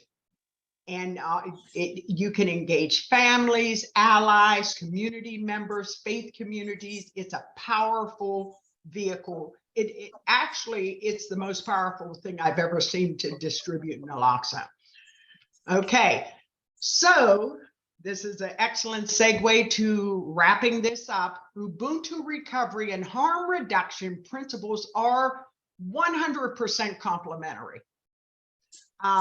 This is from the Recovery Research Institute, and the principles of harm reduction outlined here. Non-judgmental approach that meets people where they're at. That sounds like Ubuntu to me. Treating all individuals with dignity, compassion, and respect. Ubuntu. Opposition to the stigmatization of substance use disorder. Ubuntu. Use of evidence-based policy and practices. This is unique to these particular principles, but we have the evidence of our human experience in Ubuntu. You're the expert of your experience. And so that is the evidence that we rely upon, the human experience. Accepting behavior changes in incremental process. Small gains for many people have more benefit for a community than large heroic gains. There's a saying that I live by inch, it's a cinch, yard by yard, it's hard. So I'll reverse that. Yard by yard, it's hard. Inch by inch, it's a cinch. And so that is a principle that can be applied to John, I'm coming right now. Okay. And so people are much more likely to take multiple tiny steps rather than one or two huge steps. And we know that to be true. Ubuntu celebrates that. Inclusion of individuals in active addiction, in recovery, and within the community to shape policies and practices. Hear from the people that need the services. Include them. It's a act of wisdom. Focus on quality life improvements over abstinence. So if abstinence is not your harm reduction goal, then focus on quality of life. And the young lady who spoke earlier spoke to this. Commitment to universal human rights. I bolded this one. That's what I was born for. So a commitment to universal human rights. And my pictures that I share, yes, it's Black History Month, but I share those all year long because those are human people. They're humans. And so another piece is empowerment of the individual as the primary agent responsible for reducing the harms related to their substance use. Empower people as the primary agent of their own process. All right. So that's the conclusion of my presentation. And again, I raced through that, but primarily to make sure that I allowed space and time for others, which is the Ubuntu way. And so I wanted to just say happy Black History Month to everybody here. And Black history is American history. That's it. Lori, thank you so much for that and the beautiful sharing with us of your family. So without further ado, we're gonna move it on down the road to Reggie James. I have who's one question going to- before that. Before Okay. somebody asked, where is she located at? I'm right outside of Pittsburgh. But I have lived on the other side of the state in Philly too. So yeah, but I live outside of about 20 miles north of Pittsburgh. And come anytime. Everybody's welcome. Come on down. That was an awesome presentation. Yes, and put your info in the chat for us. We loved it. Oh, I'm definitely gonna, I'm copying the links for you and you use it to get lots of grants. And come to see you. Lou, Albert, you know what I'm thinking, Albert. That's a trip. That's a trip. You know, Okay, thank you, Albert. And actually, I will put Laura's information in the highlights for the alumni, and we will include some pictures and so forth in our newsletter. Thank you so much for coming out. And yes, we want to give the floor right now to Reggie James, who's going to talk to us about revision recovery. Good evening. My name is Reggie, and I am honored and humbled to be a speaker for Black History Month. And I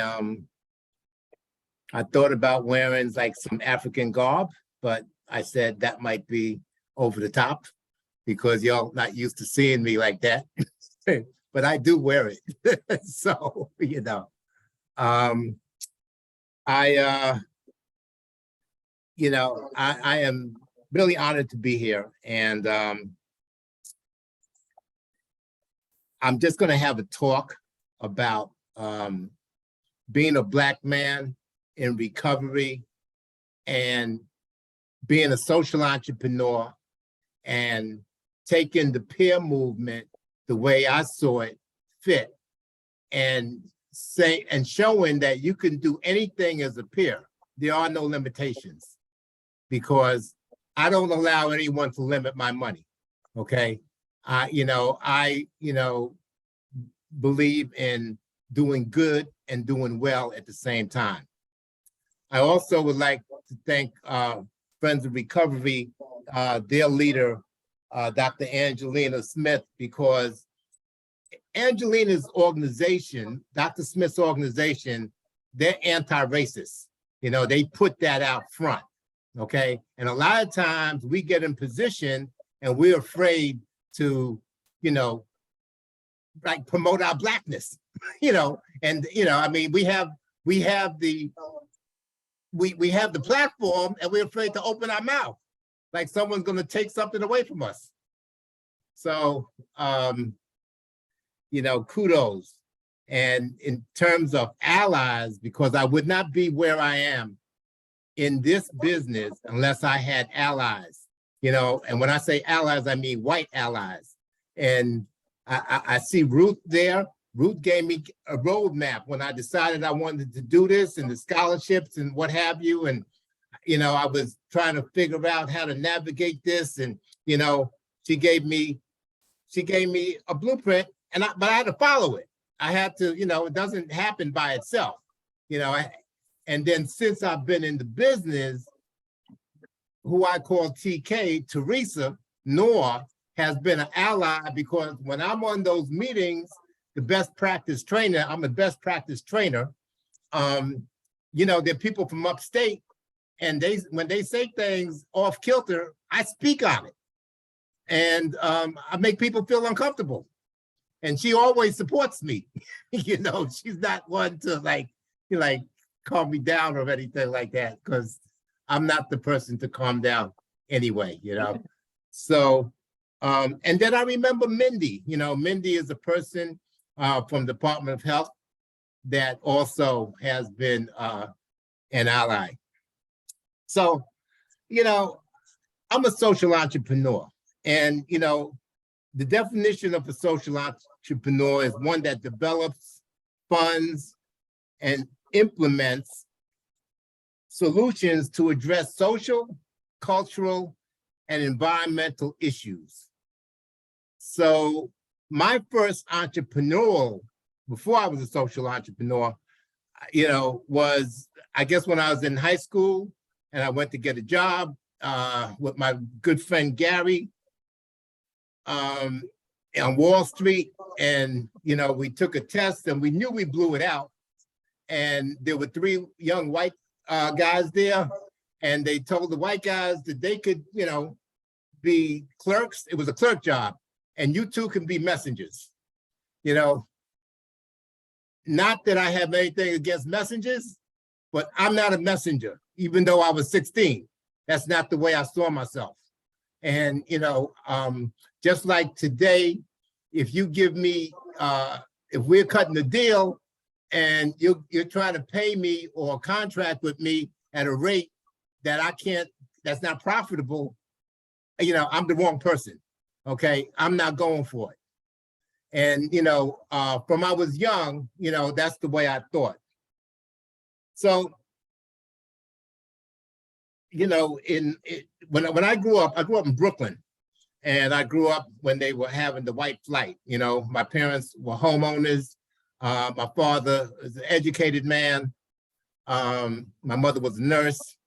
So I didn't see any entrepreneurism, in my family. But what I did see was a lot of class, a lot of hard work. My father worked for the Department of Health, Education, and Welfare, which is now Social Services. And that agency was started by the federal government because Black people in the South, they wouldn't get services from the hospitals. So the federal government had to come up with an agency to force them to do that. So my father, he worked for, that agency. He was an administrator. And, I, never, and my uncle, was an ambassador. He was Dr. Eric James. He was the first dean of Manhattan Community College, and he was a diplomat and what have you. So they had high expectations. My parents, they met here, but they were Jamaican. And my mother, it dawned on me when she died about 8-10 years ago that she wasn't Black.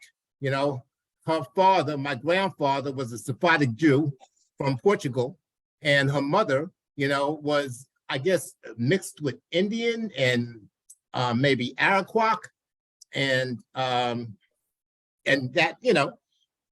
so growing up, there was issues around colorism, and I see my friend Connie, another entrepreneur on the line, and her and I talked about, putting together something about colorism in recovery, because in our culture and in the Latino culture, this colorism is real and it's not discussed enough, just like entrepreneurism isn't discussed enough in my estimation. So what I did, like after I got, turned down, I didn't get that job, I went into the cannabis business. And because when I smoked cannabis, I thought that was a wonderful thing. So I'm a passionate type person. So when I like something, I want to share it with everybody, So the timing was right. The cannabis, I just got high before I went to Rice High School. My father had me kicked off the basketball team. I'm an athlete, and because I got 65 in interterm biology, so I started going to a public school because I used to come all the way from Brooklyn to go to Harlem, because Harlem was where the ball players went. So when I was going to high school, like I met a lady who had, quite a few kids for me, and her brother was a dealer, and I became a pretty large dealer. And, I went through the whole thing, and it was a gateway drug for me, and got in a lot of trouble. And I was one of the first people that was sentenced under the Rockefeller drug law, where they gave life sentences. And ironically, my friend, who I used to look up to his father a lot, David Patterson, knocked that law down the short time that he was governor of New York. So I, had these serious, issues in terms of substance use disorder my entire life. And, but I was somewhat functional, and I was always kind of an advocate. I'm a panther in terms of my thinking. If people don't know what that means a Black Panther, you know. The first books that I really read was when I was incarcerated in Auburn, okay? I read 2 books and I loved them, I couldn't put them down. One was Rap Brown's book called, the name of it was Die Nigga Die, and the other was Malcolm X, the autobiography of Malcolm X. And, you know, that kind of was my background. And when I thought back, you know, when I grew up, you know, I went to Catholic school, and the only 3 Black people they talked about, you know, one I took the mantle from, I said, that's my hero, was Nat Turner. So if any of you don't know who any of those people are, you can look them up. And that's probably in my blood because my grandmother, who died at 109, worked for Marcus Garvey, both in Jamaica and in Harlem. You know, and as I said that, you know, her 2 sons, my father and my uncle, you know, were educated men. So as time went on, you know, I came home and, you know, struggled. You know, I've been in recovery since like 1987, 88, I guess. You know, I was married at that time. My wife tried to change me. That wasn't happening.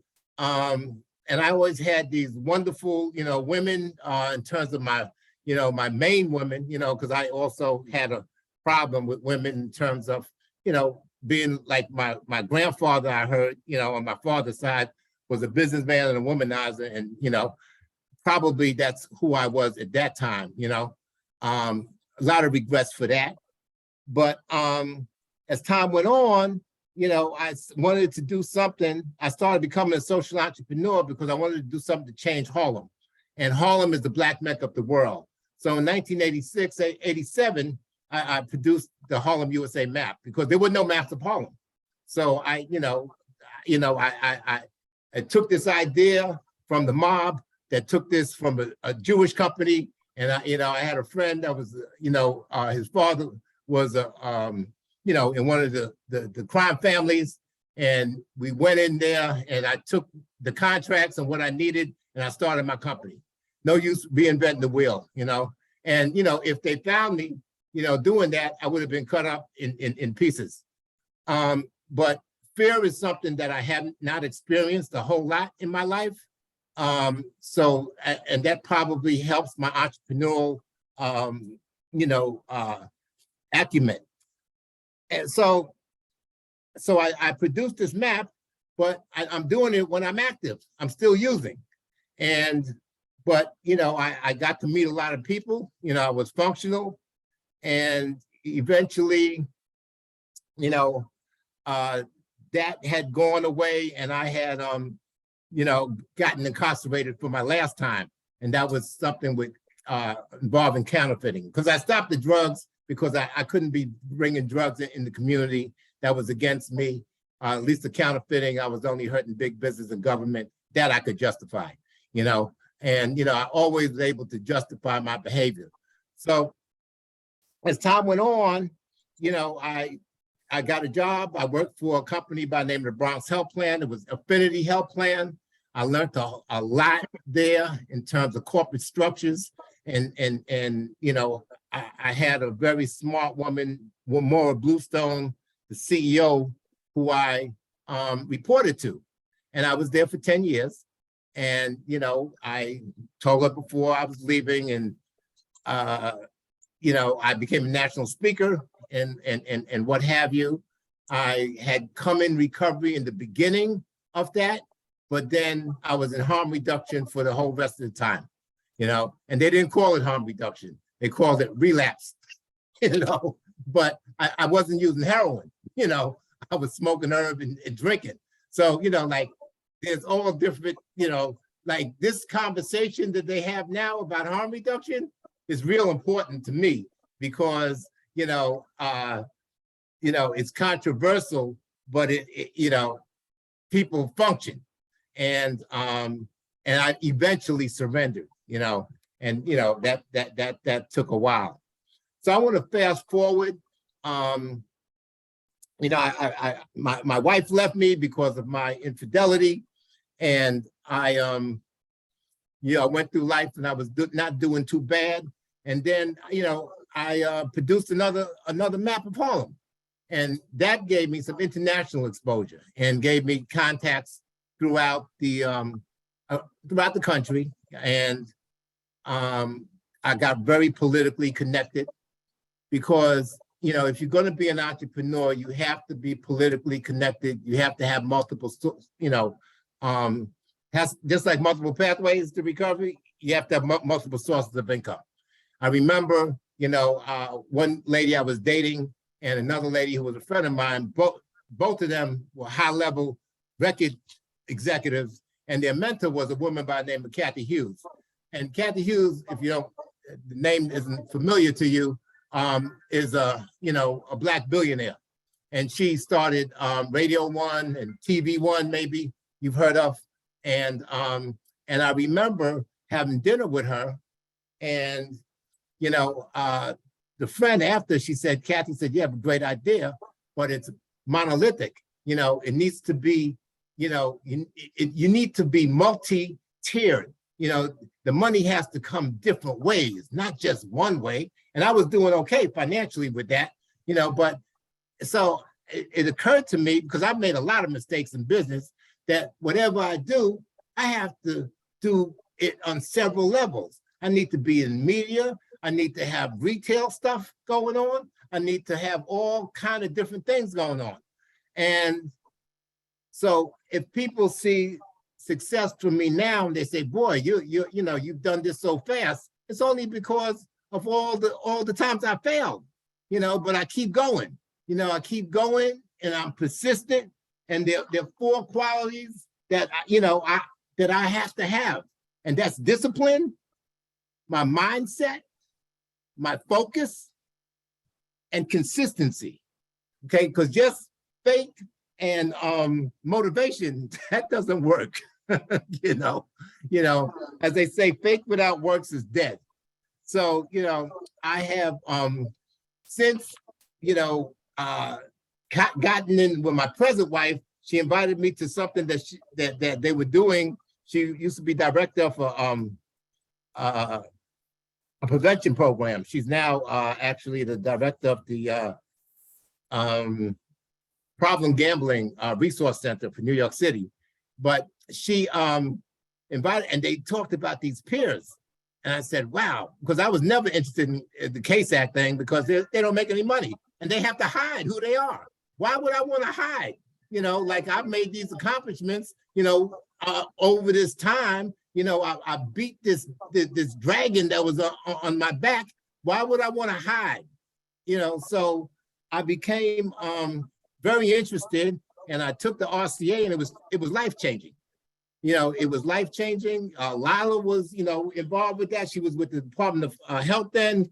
Then I took the ethics with Ruth, and, and I remember being in Ruth's class, and, like I was asking some questions, and she said, well, you don't really want to know that, because Ruth knew that I was an entrepreneur.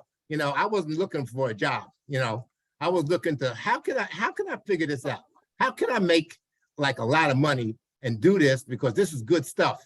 And eventually I did. I became a best practice trainer.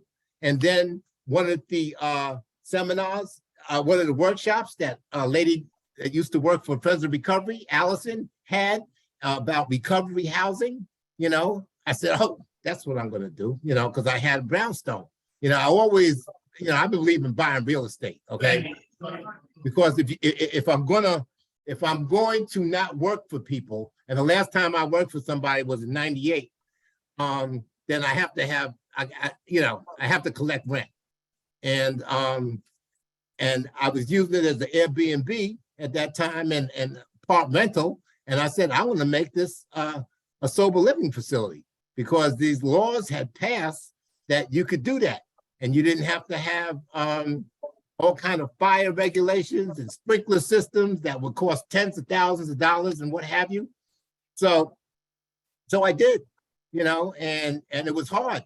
And the guy who was my sponsor, actually, I didn't have the money to do the construction.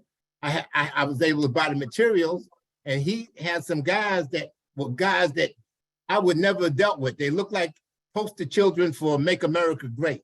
And those of you that know me know I'm political on one side.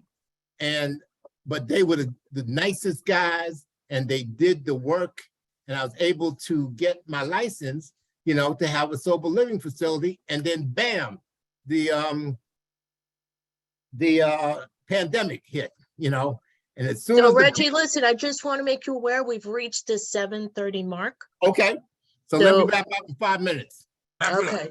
Okay, so what happened is, you know, I was able to house quarantine state, you know, returning citizens, and able to implement everything I learned as a recovery coach and treat people with the ultimate respect and destigmatize Black men as well as returning citizens and people with mental health disorders. And that was supposed to go for 3 months. It went for 14 months. And then I received the contract with the county. So now I have a government contract where I get paid because, you know, I pay rent to this entity that I own, okay? And then also I was with them today because I have to have a profit margin, which is not big enough. And they love what we're doing because we're the only one that put this whole peer movement in this. So my colleagues there, they don't do it like that. So the county just loves what we're doing and the results we're getting. So all I'm saying, just to wrap up, is one must be politically connected. You know, our place is, you know, we keep it high technology in terms of closed circuit TVs, Nest thermostats, and we have reintegration people come in. Yesterday, we had somebody overdose, okay? Not in the facility, thank God, when they went to K-Scope. And, you know, so you have situations like that that's gonna happen. My future is to go to Senegal because, you know, again, I don't have a lot of tolerance for certain things that's happening in this country. So I'm gonna go out of the country and go to the motherland.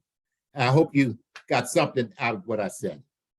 We sure did. We sure did. And Reggie, I want to say, Reggie, I went to that facility, an excellent, beautiful facility, and it's a model of recovery housing and what's right. So thank you for being able to allow me to walk through your residence. Thank you, Malik. And I just want to say hello to my BRR brothers. I see my brother Joshua, who I handed the baton off because I'm no longer the chairman of Brothers in Recovery. Some of you know that, you know, it was, you know, I don't have the bandwidth to do but so much. And I see my brother Anthony Shaw. All right. And my partner, Ed. Ed is my trading partner. And Ed is totally different than me. He's a conservative white guy from the LGBT community. And I'm like a Black former underworld figure. So, you know, we have so much fun when we train. It's not funny. And I see one of my team members also that, you know, we have our challenges, but he's learning. Keith. All right, well, thank you, Reggie, for all of those entrepreneurial tips, the history of Harlem, all of your shout outs. And I want to just say my father also worked for health education and welfare in the 1960s and wrote grants for the handicap access ramps. But without further ado, I want to introduce someone I have a tremendous amount of respect for. It's someone who I have met on my journey as a person in long-term recovery. It's someone who is a sponsor of men, a gentleman who does service for the Narcotics Anonymous program, doing service tonight. And with that, I'm going to introduce you to Weaver. Oh, thank you so much, Wilvina, for that gracious introduction. Hi, everybody. I'm Eugene Weaver, and it feels so good to be here listening to y'all, man. I want to thank all the presenters and speakers before me. I could have missed this thing, you know. Yeah, and I want to thank the Alumni Association of New York. All right, this is nice, and you in particular, Wilvina, for the invite. So yeah, I think of Black History Month. You know, I think of I go a little hard. I think of the 1619 Project. I think of the 13th Amendment. I think of Dr. Umar Johnson. I think of Tariq Nasheed and the foundational Black American, the restitution movement, and God bless Dr. Frances Cress Westling and Dr. Joy, and her ISIS papers, and Dr. Joy DeGruy with the post-traumatic slave syndrome, and then I think of all of the injustices. I think Malcolm and Black History Month, Dr. King, Fred Hampton, and then I gotta go a little light. You know what I mean? Gotta go a little light with it. Black History Month. And you know how I got there, man? Today was my friend she got a 3-year-old grandson, and he was in a play this morning, playing Booker T. Washington. You know what I mean? And it just quelled me and put me in a in a proper sort of perspective, with it, because and we talk about for me, Narcotics Anonymous is a community, right?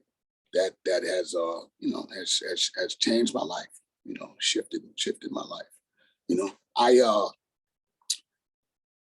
I worked for a major utility company. I did 38 years with them people. I retired in 2019, so I'm out of the workforce. You understand? But I understand that was work.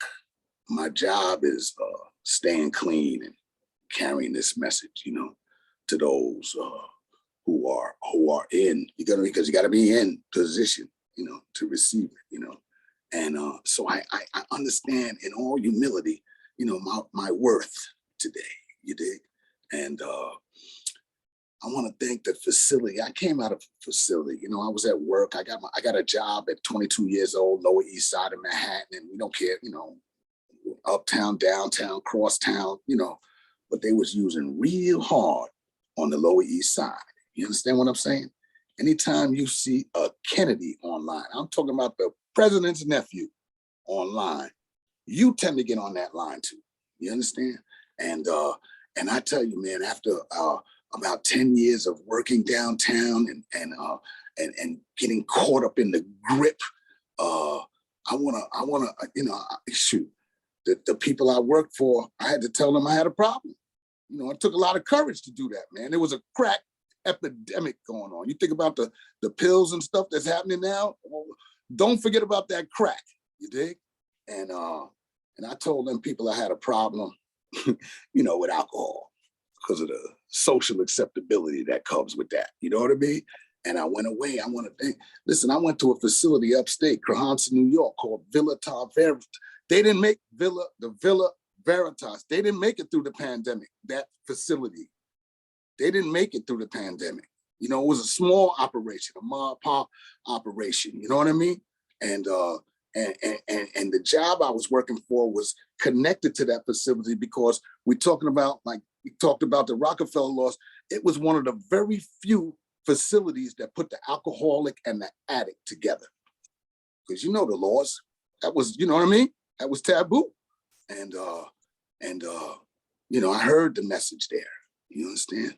And that's why my passion for it now.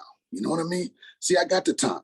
I'm not, this is my job, But we talk about the community, the NA community, and its involvement in society at large.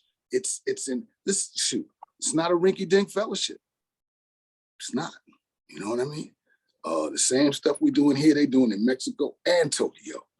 But the message that I received today was from that young 3 years old playing Benjamin Banneker.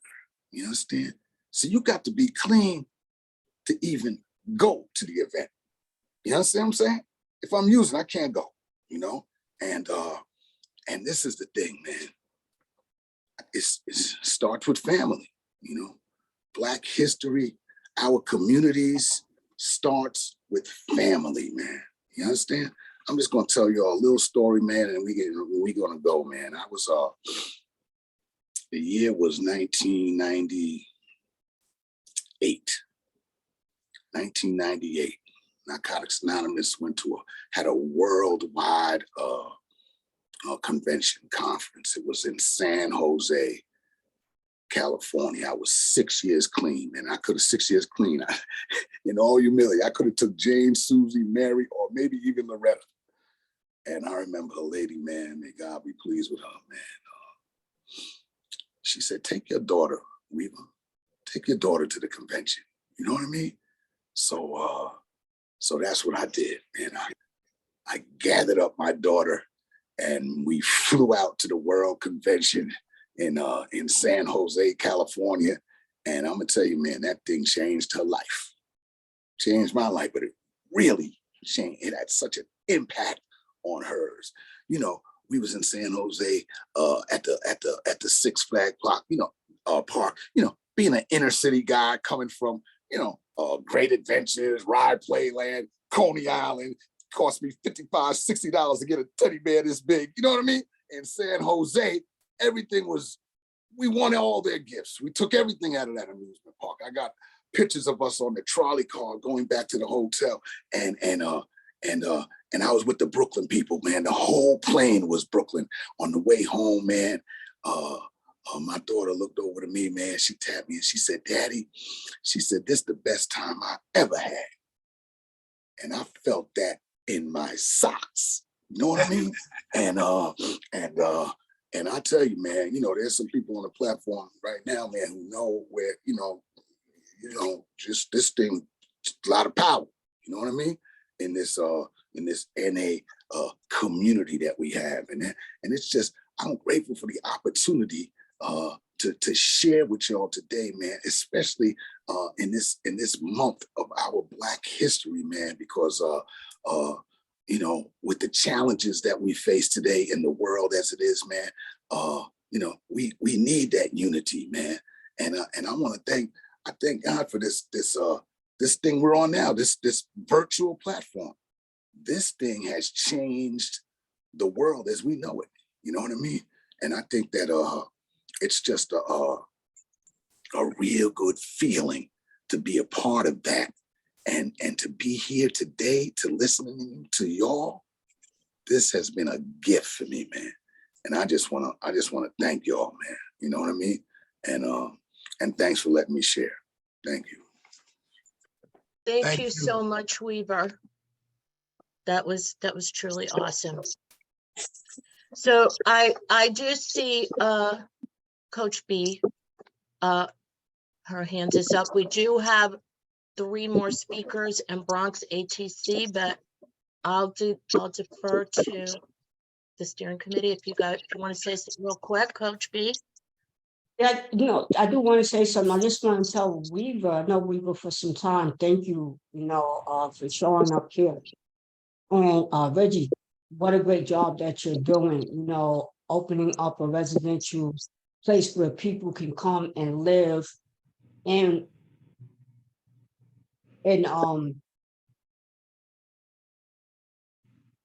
not deal with the stigma and the label and practice multiple pathways. So I appreciate the job that both of you guys are doing and everybody that is here tonight.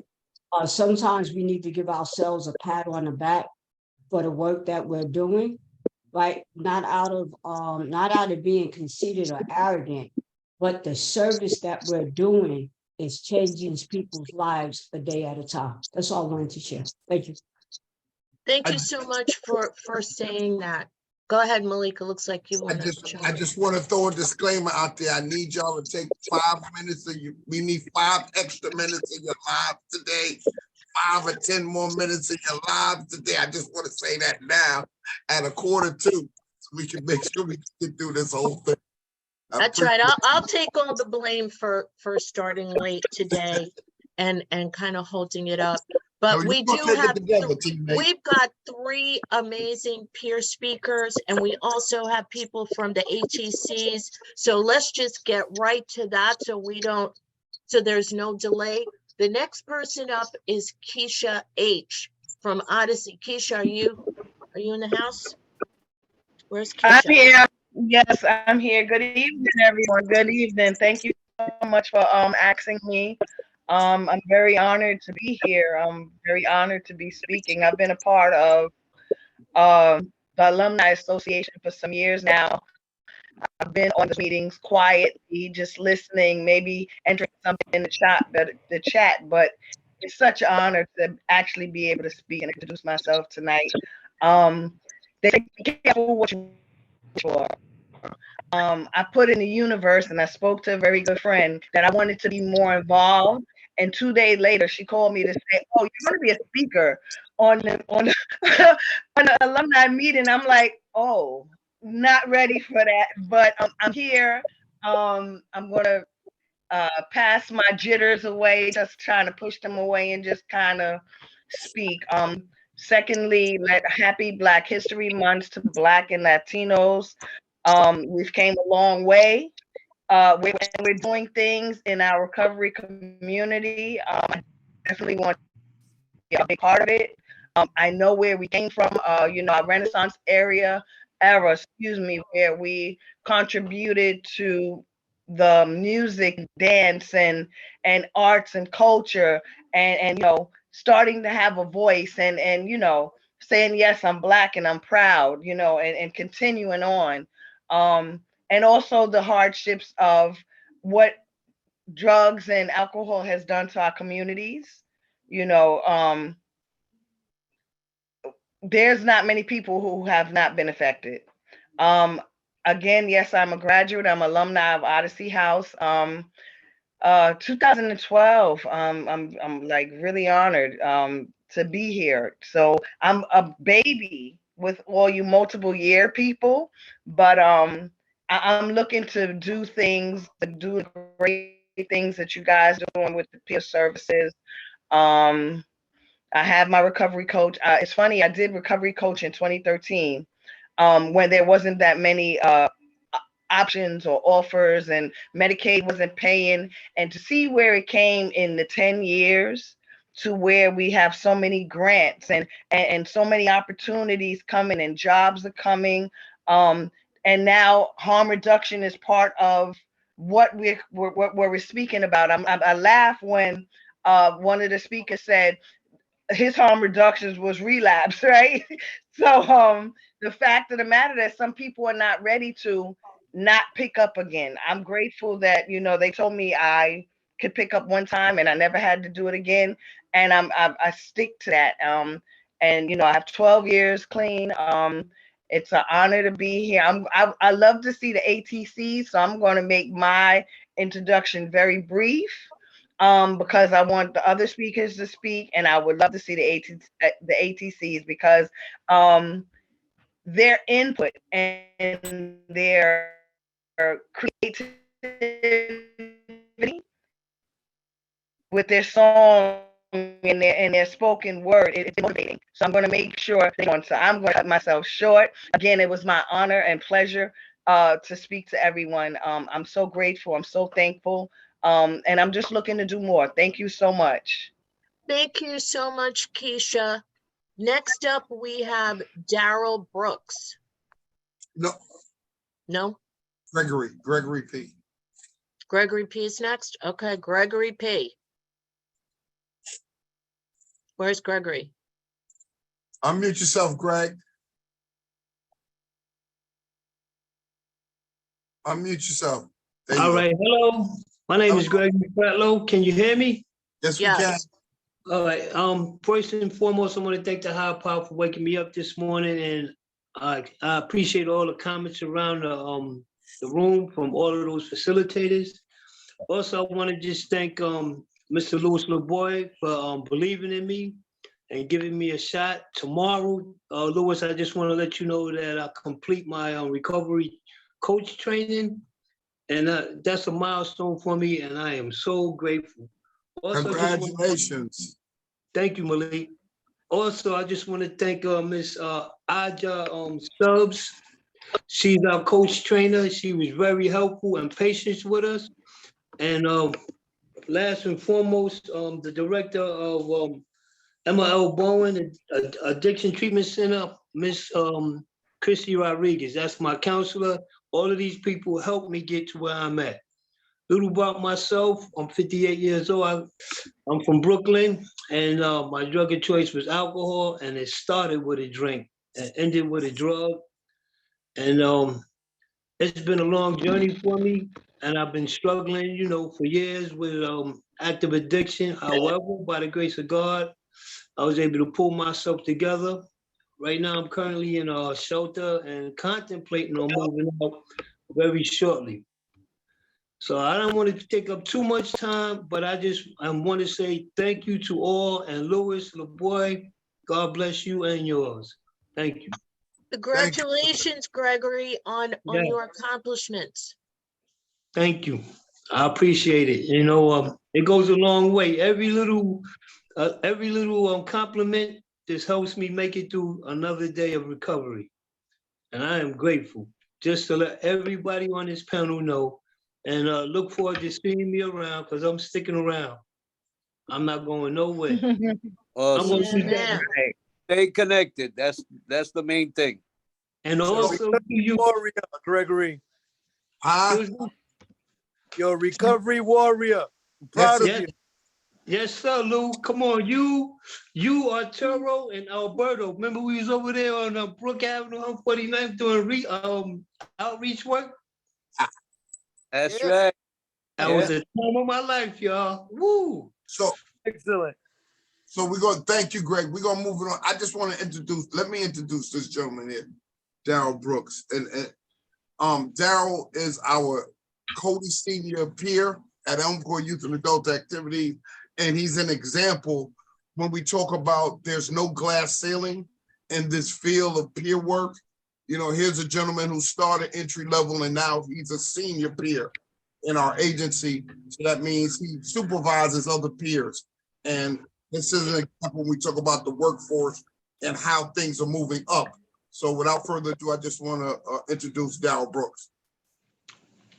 Thank you. Can you hear me? Yes, we Yes. can.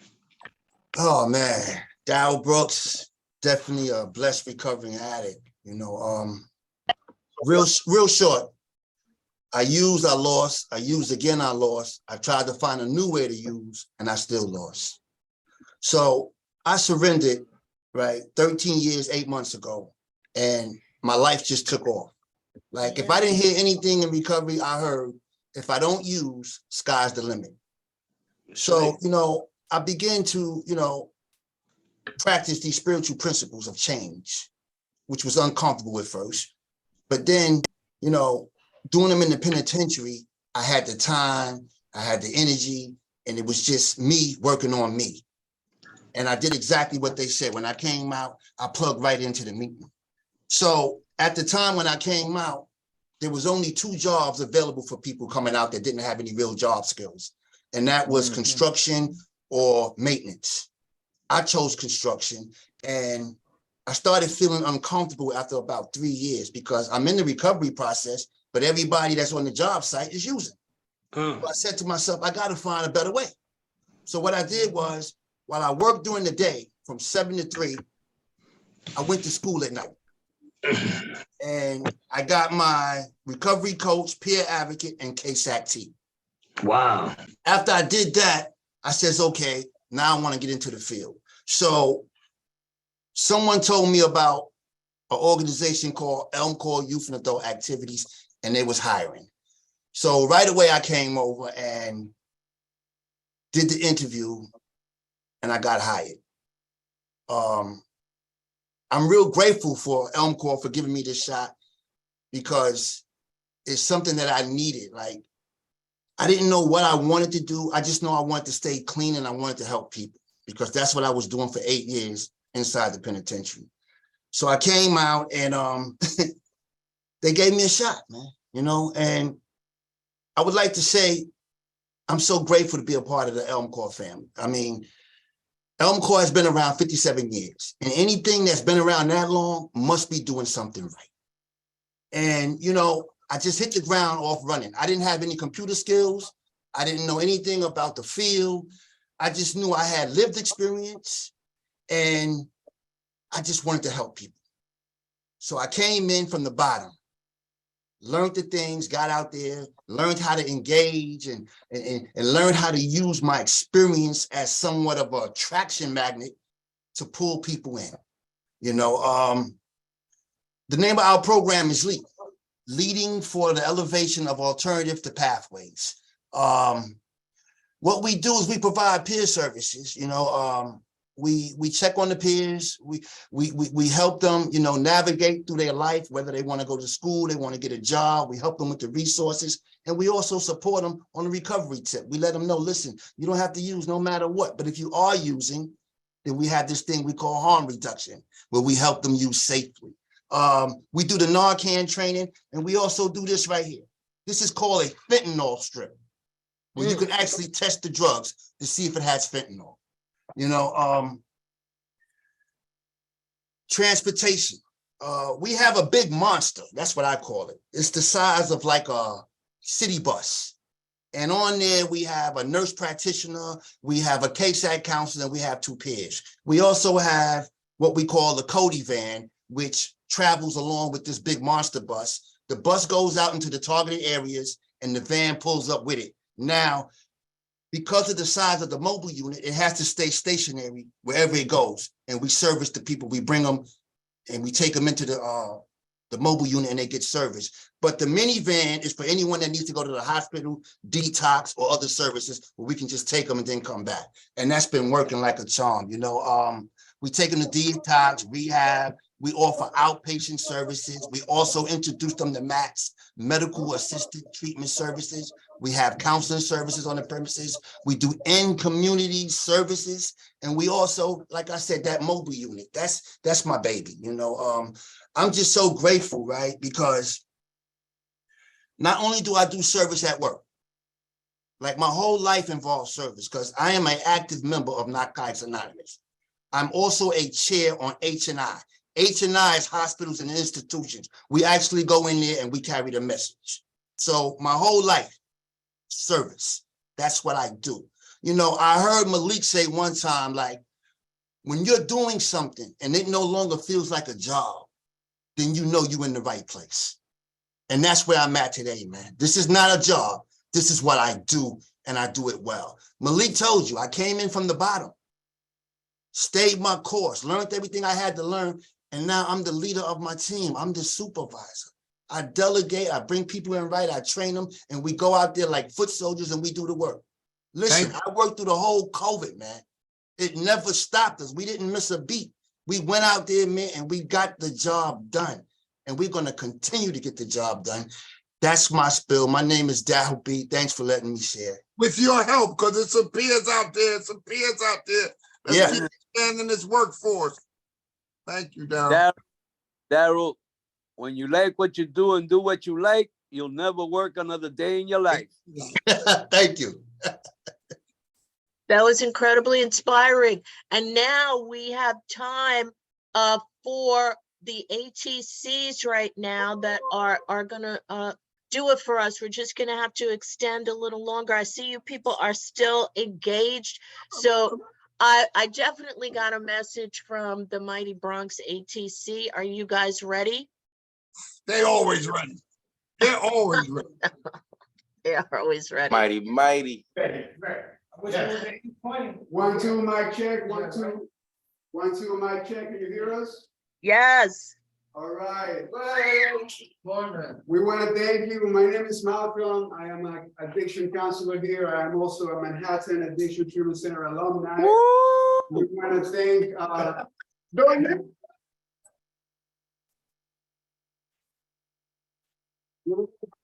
State Alumni Association for this beautiful platform to get the patients to know what recovery is all about. and to show their talent so they can shine their light. Without further ado, we're gonna bring our first star of the night. Give it up for Cristobal. Yeah! Yay!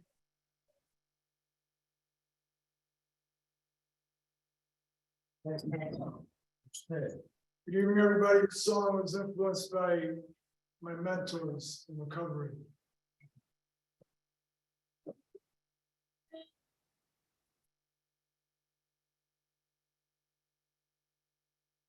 Oh, wait, something's going on with the Mhm. audio. Yeah.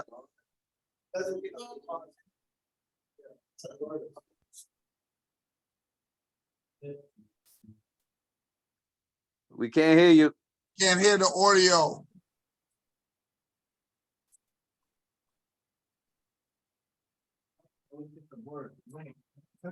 Yeah.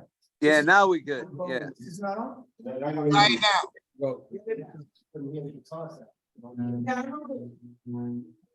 Can you get the top? Now you got to put the mic closer to the guitar.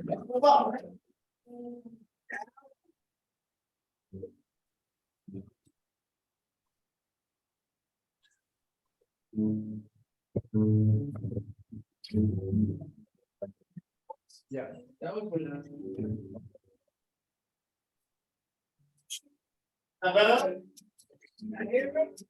No, we can't hear.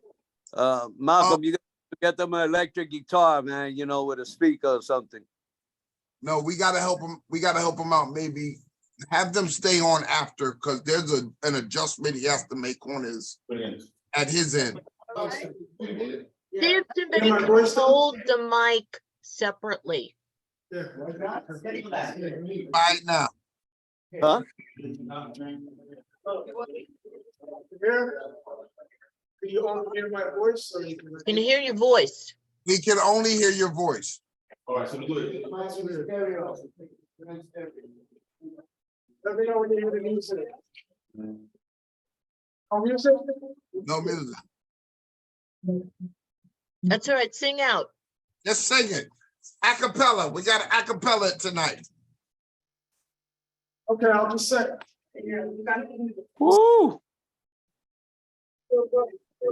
Yeah.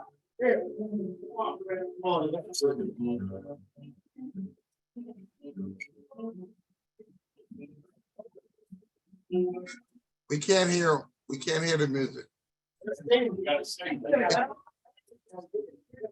And you were not us, not now when you see the truth. Oh, I see you, see me. Maybe have a moment of clarity. It's probably a wonderful song.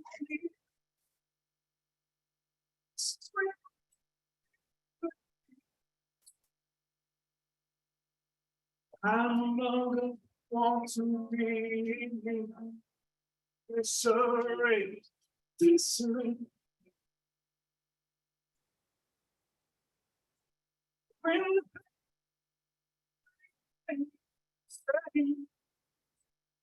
We can't.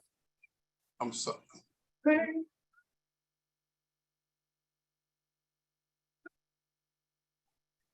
We can't. Not working. It's not working. Sorry.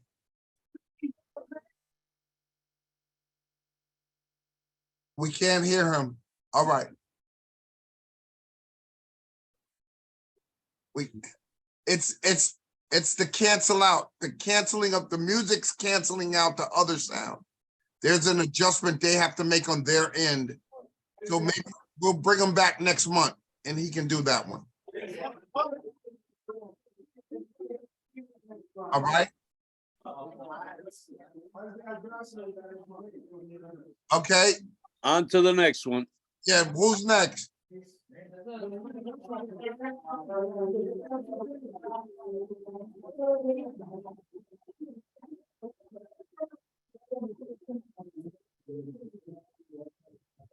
All right, sorry about that.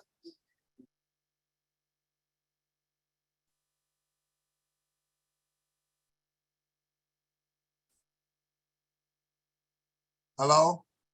Yes. Okay. We can hear. Unmute yourself. Unmute yourself.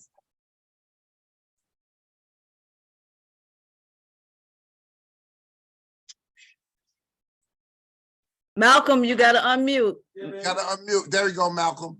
There you go. You hear me? Yes, we can hear you. All right, how you guys doing? All right, how are you? All right. So unfortunately, you missed some beautiful music from my boy Chris. I wish you guys could see the poem. Anyway, I wrote a poem and it's called Just One. I did just one and it was fun. Then I did two, thought, wow, this is cool. I smoked 3 and 4 and went and got some more. Smoked 5 and 6, now I need some tricks. 7 and 8, and man, the sex was great.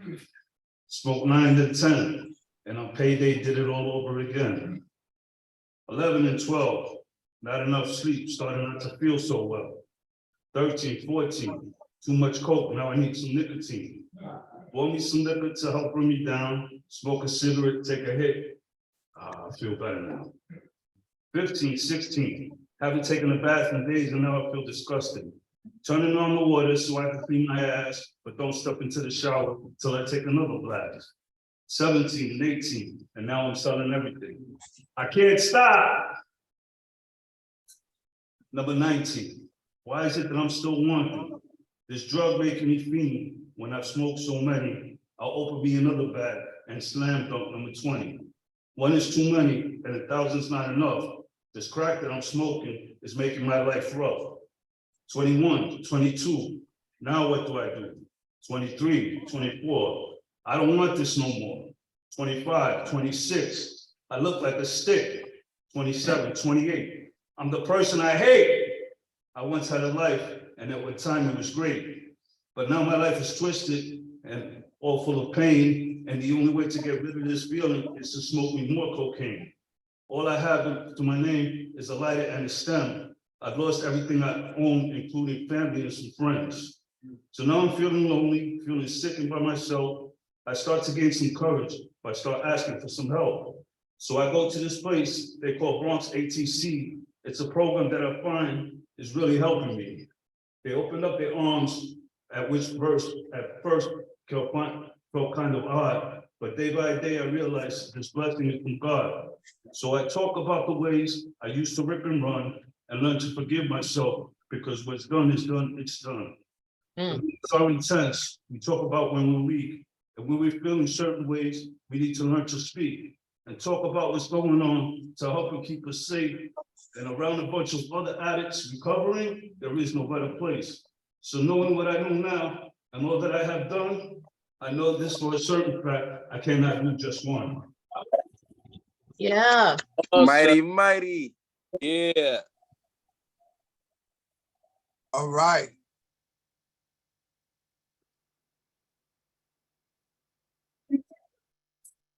For our grand finale, to commemorate Black History Month, he's going to be singing a cappella for us. He's going to win it because he rehearsed with the music, but we want to hear him do music. We want to make sure we hear his beautiful voice. Yay. Good evening, everyone. This song is dedicated to my father, who passed in 2020. He did not have the opportunity to see his clean or become a willing person in recovery. So this is for him. The title of the song is The Last Song by another recovery, Elton John.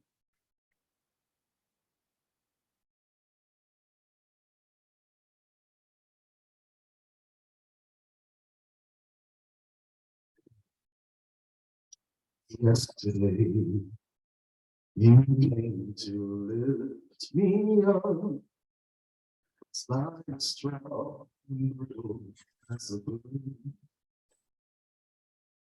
Today, I know just one more word. Once on her.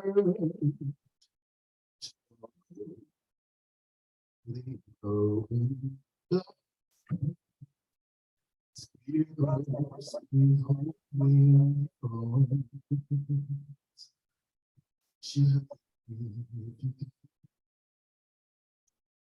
This anger, I need your gentle hand to keep me calm, cause I never thought I'd lose. Only thought I'd never change. This fire beneath my skin, I can't believe you love me. Never thought you'd come.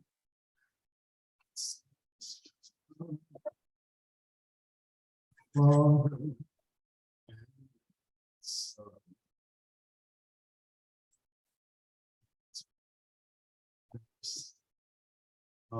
Together.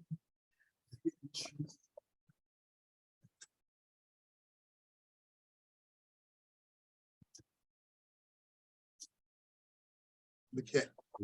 We lost them. We lost them. Yeah, the audio's cutting out. Yeah, we can't hear them. Wow.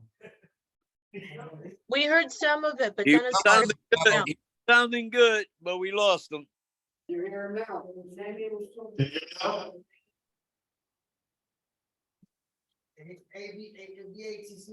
hear us out?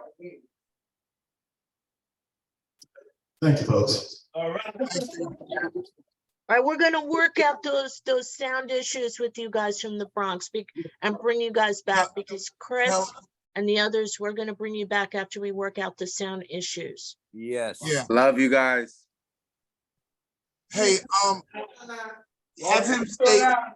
have him stay on afterwards so we can give him the instructions. So when everybody clears, we just want him to stay on. I can give him the instructions so that next month we can. Okay. All right, do we have another ATC that's up? I think that's it. What's up with that diva then? That's up. I think that was it. Okay. Thank you all for your patience, hanging out with us an extra few minutes. We appreciate you all for being with us. What is our next The next meeting is yes. going to be March 23rd, Thursday, March 23rd. Save the date, people. And yes, a special thanks once again to our presenters who did an amazing job. We will see you guys at the peer conference tomorrow, bright and early. And, you know, I want to say, like, thinking about another Black leader, it's all going to be a stone gas, honey. Don Cornelius. That's right. Yes. And make sure, Mighty Bronx, make sure y'all stay behind so we can help you with your acoustics for next time. All right? Okay. Thank y'all. Thank One y'all. Love has his hands up. Do you want to say something in parting? Not to the group. I just had a question to the Alumni Association. All right, hang out after we get off. All right, thank y'all. Thank you. All right, it's always in parting. We wish you love, peace, and soul. Thank you. Much love. Thank you, Wilvina. Good Thank night. you for inviting me. Good night. All Good right, night. back next month. Come back. Make sure you put me on the list though, because I didn't get the second email and I haven't gotten the email for years, and I submitted my name twice. We'll make sure I it's got on the one there. where you said, you know, in terms of the edits and corrections, but I didn't get another one for invite. So for some reason. Wilvina got you. We got you. All right. All right, I'll Much make love, sure guys. it's on there. All right. Okay. Have a good night. Great seeing you again. You know, Malik, I'm going to Dallas, right? Remember? Yeah. Yeah. Reggie, I want to bring Brenda out to your spot. Brenda want to come. Oh, I love to. I love Brenda. I just talked to Willie yesterday or 2 days ago, and we were talking about you. I told him I saw you at Stand Up for Recovery. Yes. And I'm you're gonna doing come visit you. fantastic. You look fantastic. Thank you. Much love. Much love. Much love. Okay, everybody. Congratulations again, Gregory. Shout out Yes. King's Lounge Hey, for hanging yes. out. Take care, guys. All right, Buddy. Game time, game time. all right. Finally, So long. NBA's back. I see. You have a good night, everybody. Good Good night. night. Good night. All right. I hope the Mighty Bronx ain't get off. I'm here. Yeah, Malcolm's there. All All right. right, so listen, I'm gonna stop the recording. So the King's Lounge is signing out. All All right. right, thanks for the Okay. information.